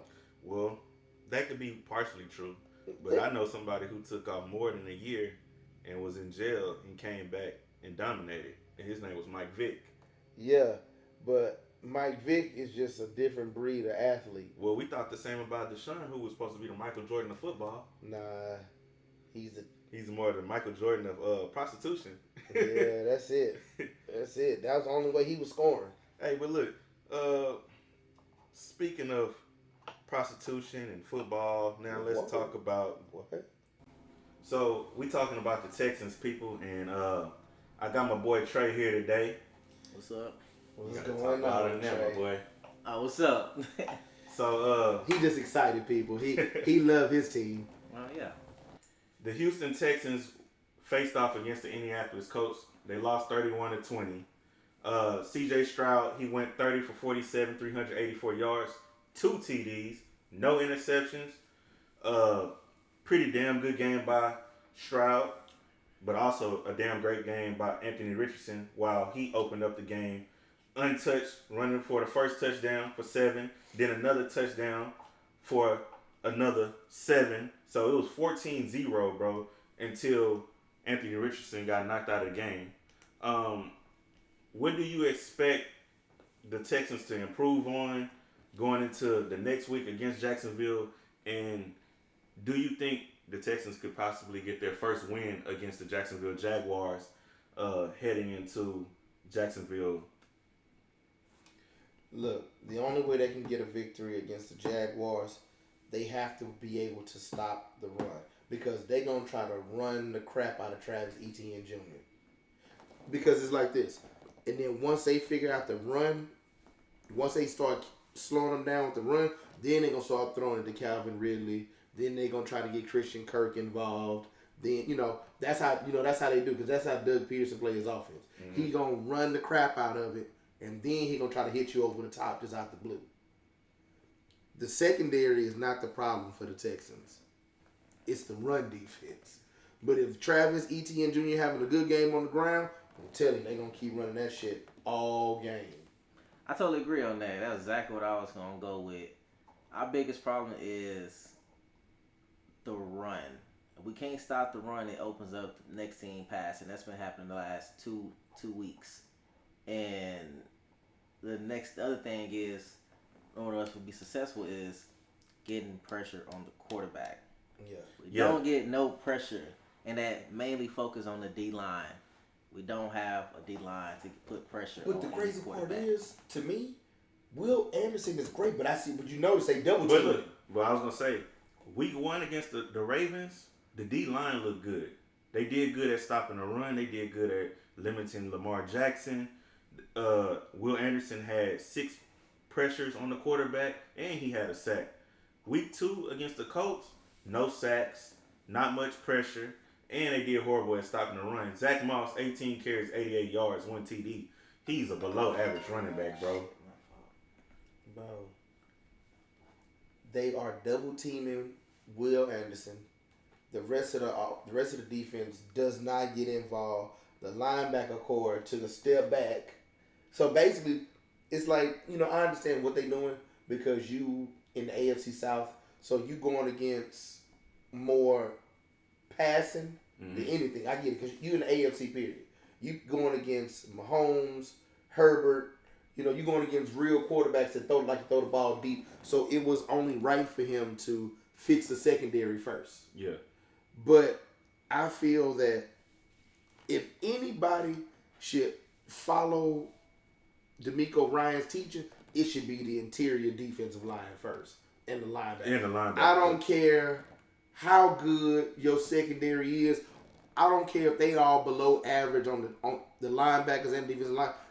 You have a fucking coach that was a all-pro linebacker. That boy is a linebacker guru, bro. He should. And then you got to think about it. When he was with the 49ers, they didn't have no secondary like that. Everything was won in the trenches for them. My question is, who's calling defensive plays? He is. No, I don't think he no, is. He not? He's not. Why? I don't think so. Why not? I think the DC, the defense coordinator, is calling the plays. He brought one of the other defensive no. players He needs to to bring. fight. Yeah, I've been realizing that it's just like I really thought all the time DeMeco Ryan was you- calling the plays. But I think it also depends on the situations in the game because I also seen D'Amico call some plays as well. About to say he got to, bro. So, Because let me tell you something. I am very proud of C.J. Stroud's progression from week 1 to week 2. I love him. Think about it. Because look how Bryce Young struggling. Then look how C.J. Stroud is progressing. if we just look at the 3 rookie quarterbacks that was drafted, Struggling. Bryce Young, he's been struggling. Man. I don't think he's thrown too many touchdown passes like that. He's been turning the ball over for sure. They have awesome stuff. I think he only threw 1 so far. Anthony Richardson, he's been playing great as far as running. Yeah. Now the arm is questionable, but the thing about him is he's played 2 games in NFL so far, and he has not completed 1. He hasn't completed a game yet. Are you serious? He got hurt in the first game? He got hurt in the first game. It was something with his knee. Second game, he got a concussion. Damn. So I didn't even know that. C.J. Stroud is the only one that's played every game. Although he didn't throw a touchdown the first week, he didn't throw no interceptions. He had a good passing rating. This week he go in, he threw 47 passes, which is a lot for a rookie quarterback. That is a lot. No interceptions, 2 TDs, and he's doing pretty damn well. So if you knew what you knew right now about the 3 quarterbacks, who would you take? I would still take. I take Stroud. I've been telling you to take C.J. Stroud all along. I knew Bryce Young. It's just something about Bryce Young. That just didn't gel I well even with said me. that too. I was like, Bryce Young, he a top quarterback in college. He could win the Heisman, but I'm like, it just looked just too small. And then don't get me wrong. Size-wise. And if I couldn't get C.J. Stroud, I probably would go to Anthony Richardson. Yeah. I probably do it too. But the only thing about that, I wouldn't let Anthony Richardson start this year. I would actually let Gardner Minshew start and just let me see what my offensive line is and then let him come in. Because especially once I found out Jonathan Taylor wasn't playing, I wouldn't have played him at all. I'm gonna tell you one thing that probably really twisted that game against the Colts up for the Texans is that Gardner Minshew did enter the game and Richardson did go out because I believe that Minshew has a better arm than Richardson. It's more accurate. He can hit the receivers deeper, with better accuracy. And although he might throw shorter passes and stuff like that, it was somewhat a different package for him. It wasn't no QB runs and stuff like that. So he get the full playbook. So everything that they planned for, against the Colts, it was around Richardson. They expected him to run. They practiced to stop the run. Of course, they didn't do good because he opened up the game right away, bro, like that, and 2 TD runs. But everything was for Minshew. So Minshew coming in, it really just changed the game for the Texans. My question my answer back on your first question, what can the Texans do to beat the Jaguars offensive wise? Open up the pass. Yeah. Open up the pass. No, start with the run. I know we want to get the run started. We don't have the offensive line right now. We got too many entries to try to go with the run. Open up the pass first for us to get the run. They need to try to see if they can pick somebody up off waiver because that right side of the line, y'all gonna get that boy killed. That side of the line is just absolutely horrible. I think we got possibly 2 more weeks to get all our starting linemen back, and maybe it might be 1 week.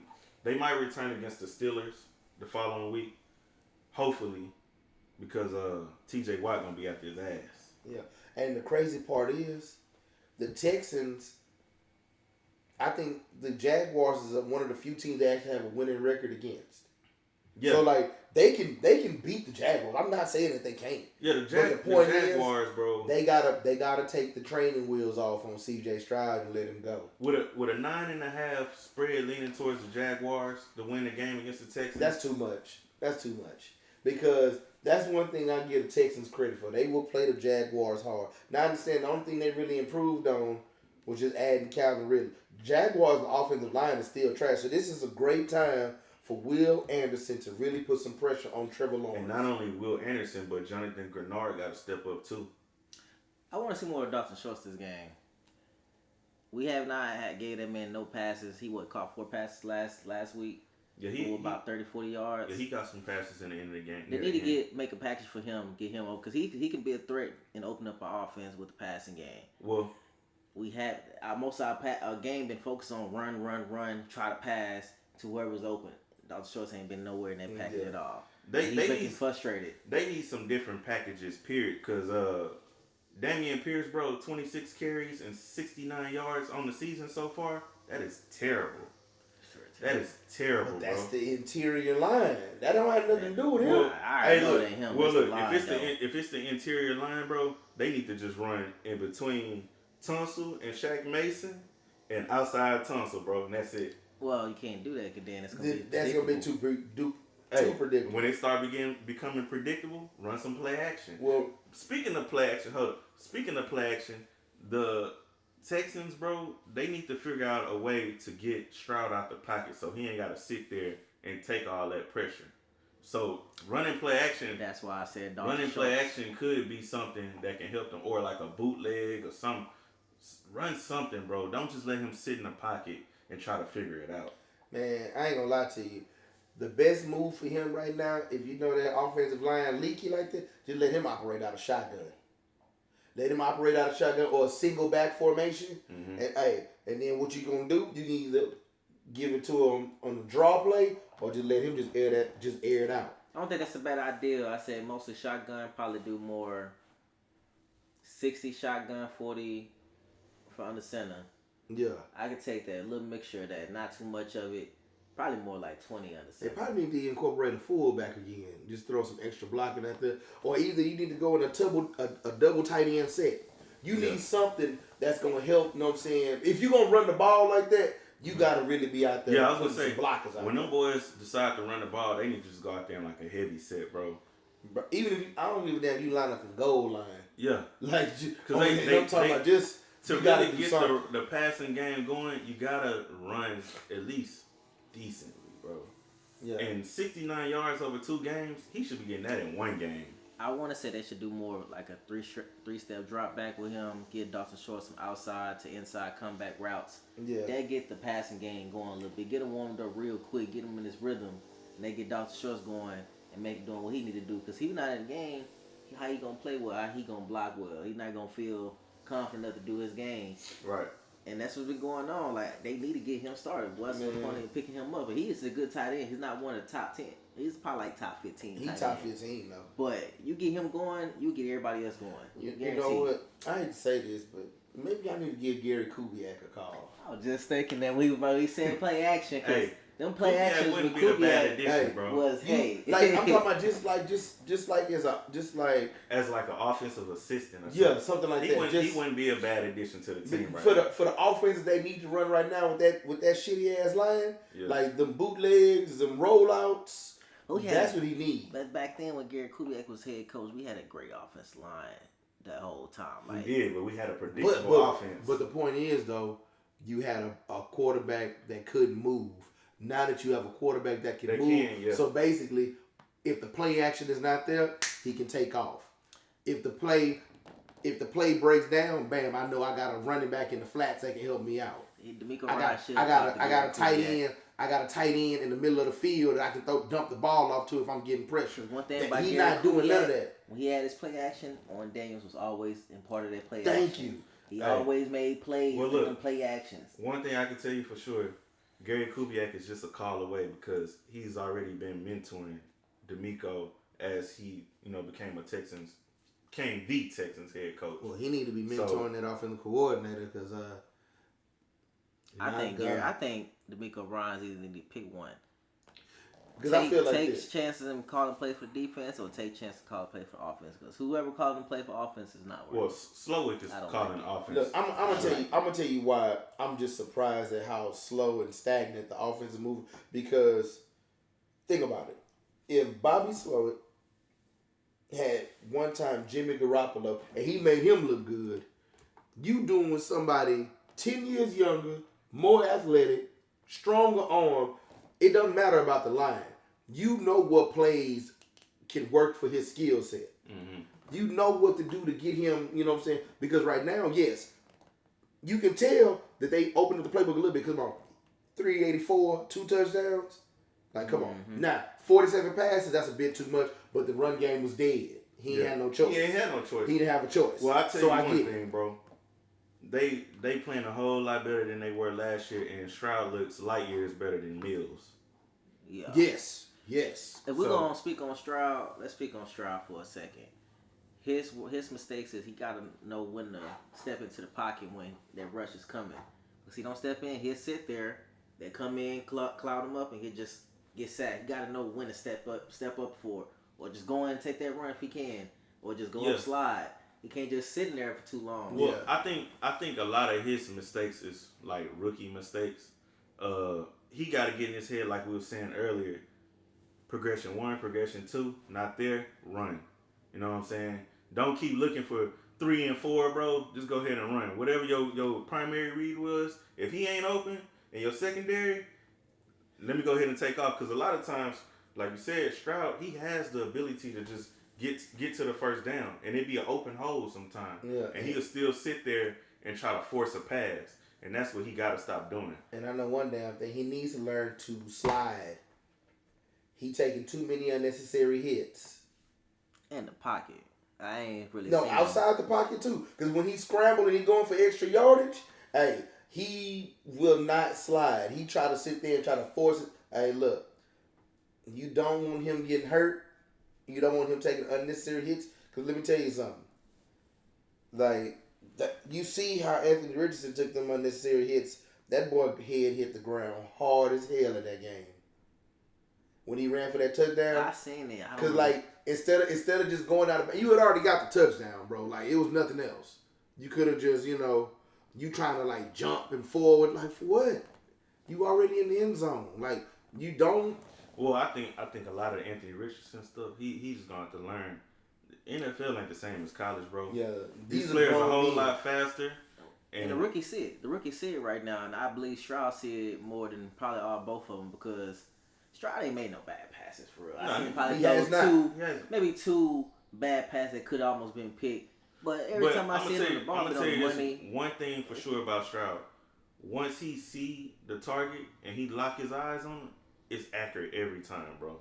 Yeah. It's accurate every time. He don't pick bad, options or whatever you want to say. He don't throw bad passes. Stupid windows. If he see the receiver, he gonna put the ball in the basket. I guarantee you, if the roles were reversed, if Stroud was picked by Buffalo with their offense line and their players, Stroud could be a top 10 quarterback. Yeah, no doubt. I believe it.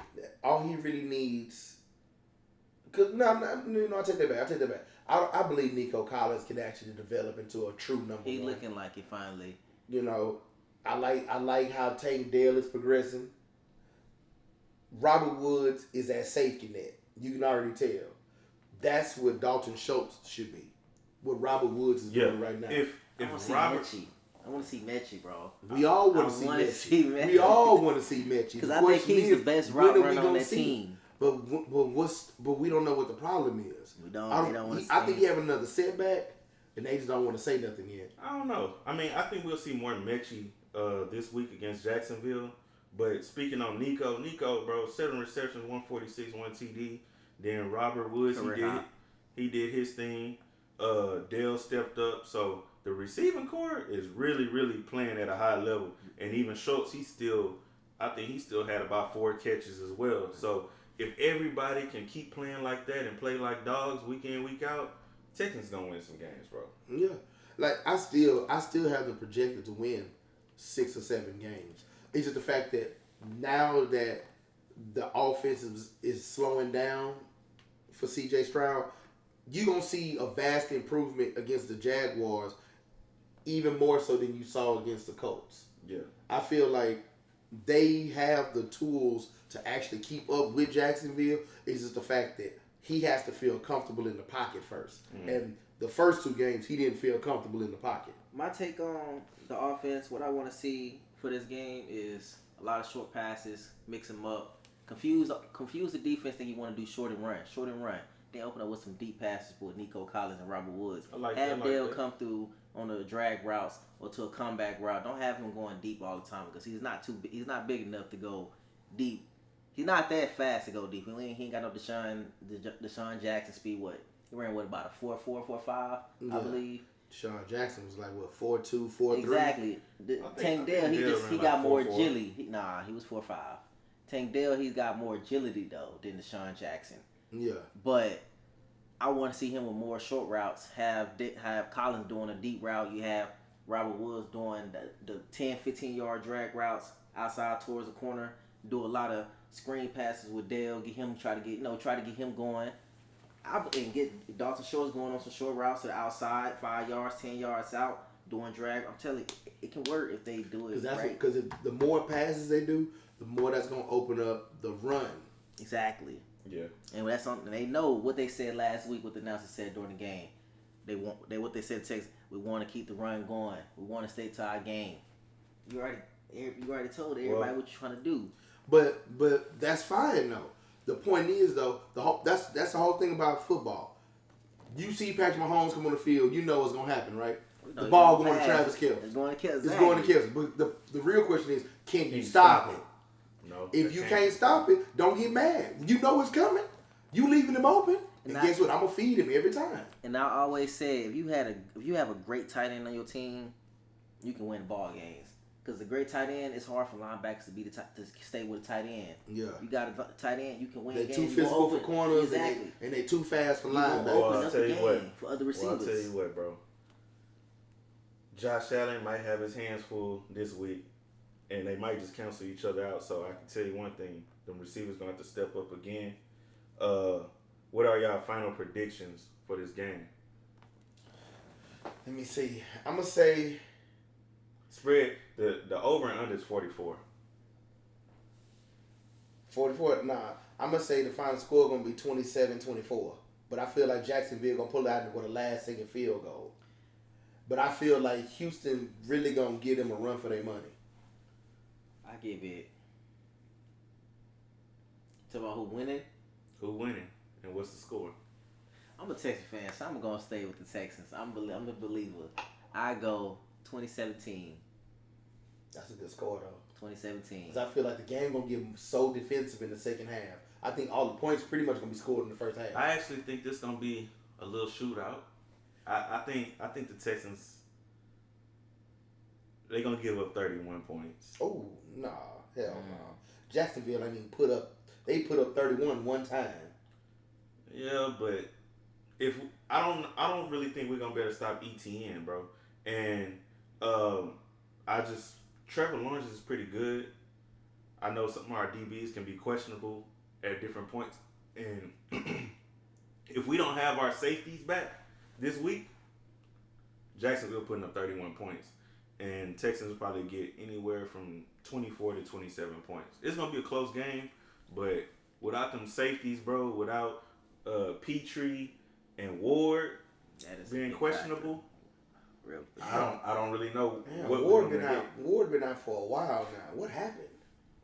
Something with his hip or something. But look, I will say this: if Petrie come back and we get Ward, I think the Texans win the game, and they'll be the other way, 31-27, Houston.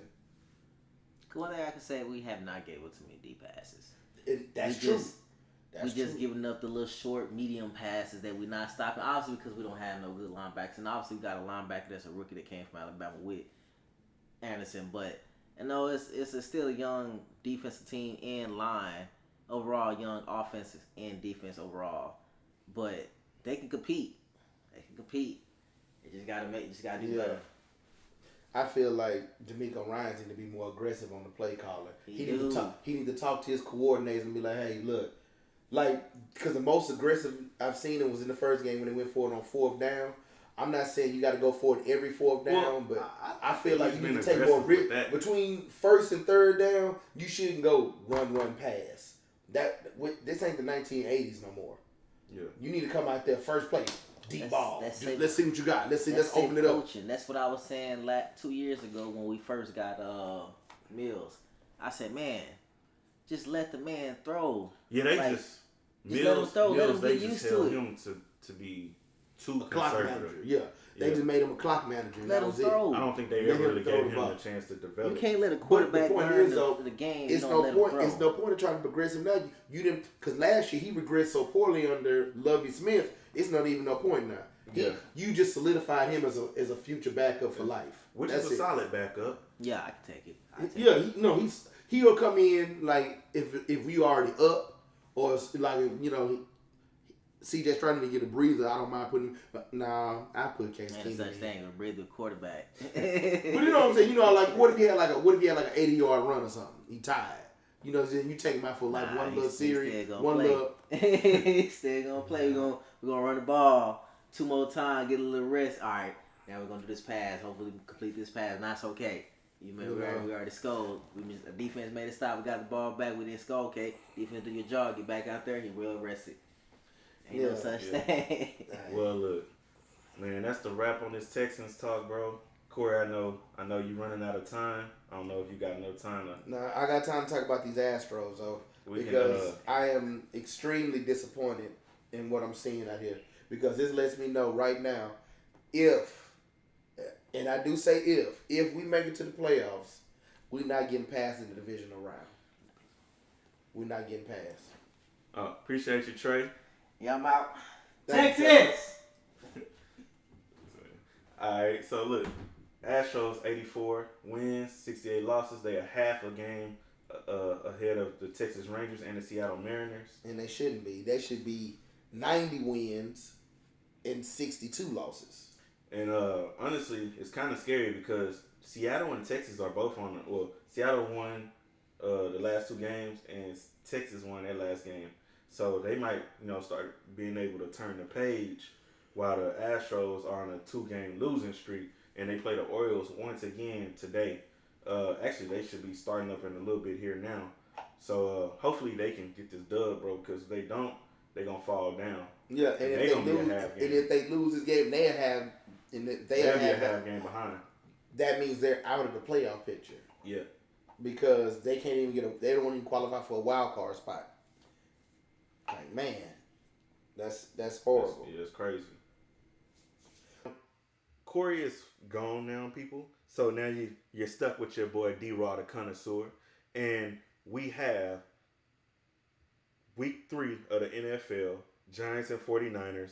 Spread is leaning towards the Niners, and I have to agree. The 10-point spread should be in favor of the 49ers. I think they will get it done, especially the way Brock Purdy has been playing.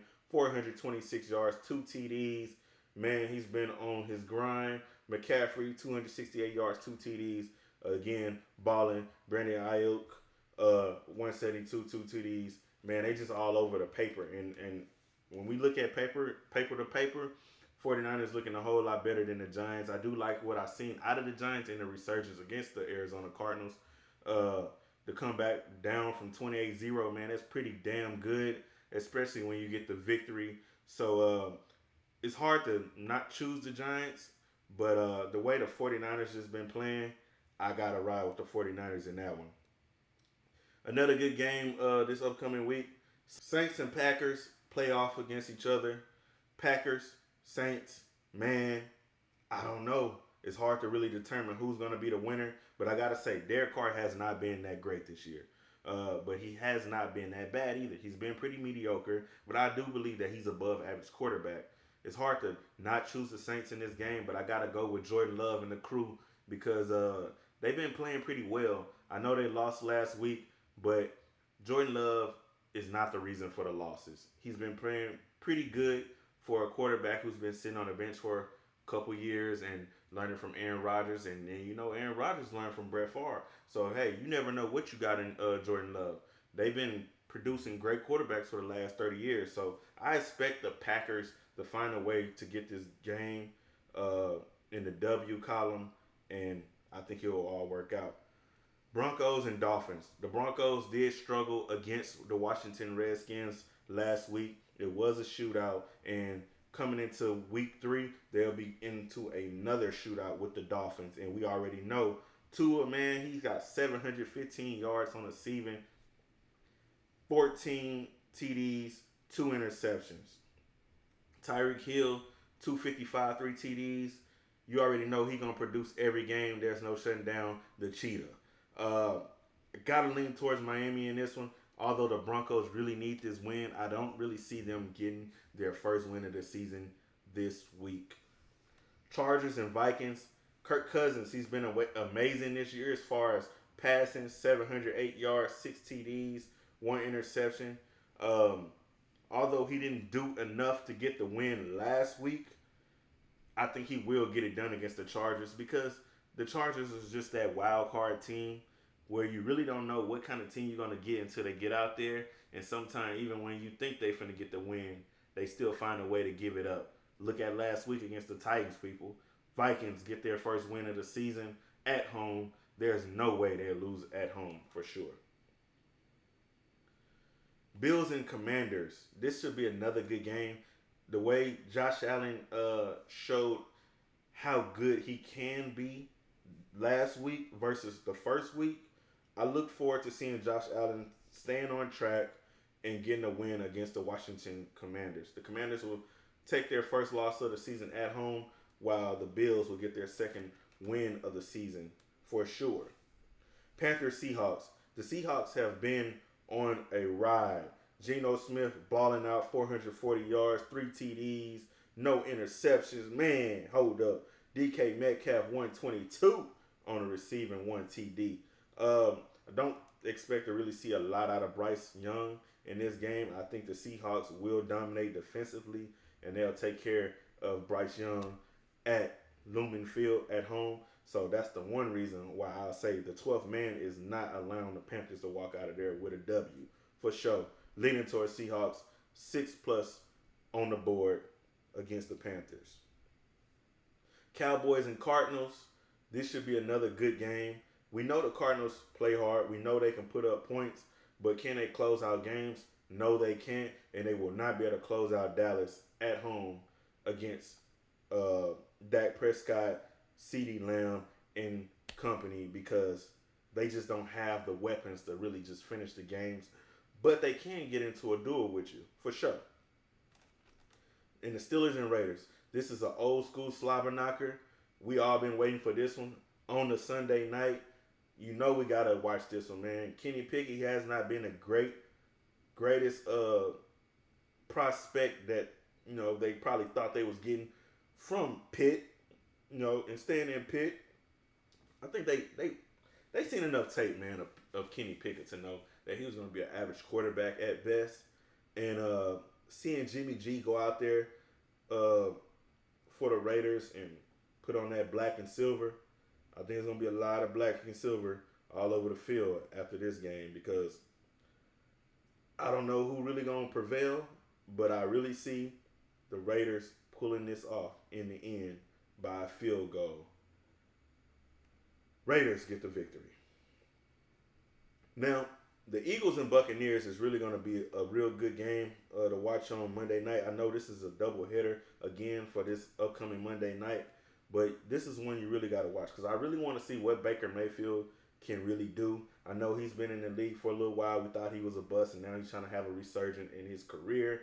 We don't really know what we're going to get out of him, but I can tell you one thing. Mike Evans is going to be open, and he's going to stay open throughout the game. I don't care if you put whoever you want to put on Mike Evans.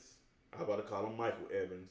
But Mike Evans, there's no slowing him down for sure. And he's out there trying to get paid because it's the contract year. Or did he get his paper? I'm not sure. I can't remember. Y'all remind me in the comments. But Baker Mayfield, he's going to go out there and ball out for sure. I think he's just got something going on systematically where he's just making it happen for this team, man. But the Eagles taking the L against the Bucks, I don't really see that. Even though they are kind of one-dimensional on the offensive side of the ball, that defense for the Eagles, man, they just going to be able to slow down all the other players, with the exception of Mike Evans, like I said. And the spread is leaning towards the Eagles by 5 points, so that go to show that the Eagles is probably going to win by 10 or more. Eagles get that victory for sure. And last but not least, Rams and Bengals. The Rams look pretty damn good, bro, against the 49ers, but they just wasn't good enough to really get it done. But I can tell you one thing, Joe Burrow and his team have not looked the best. Puka Nacua, he's been balling out, and I expect him to ball out again against Cincinnati.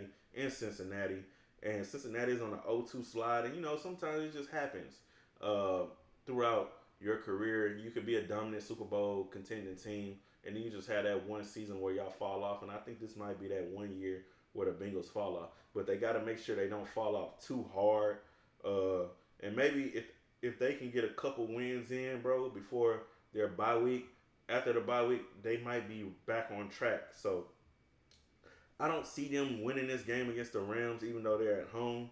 I think Matt Stafford is going to go out and ball out and find ways to win the game. The Rams get it done. Cincinnati loses again, and they go on to be 0-3. Rams will become 2-1.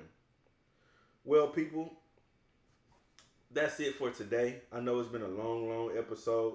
We talked about a lot of things, and we went into a lot of detail, but you did hear a lot of new voices today, a lot of new ideas and perspectives for sure. And I thank you for listening to another episode of the Houston Sports Connoisseurs, baby. Yes, sir.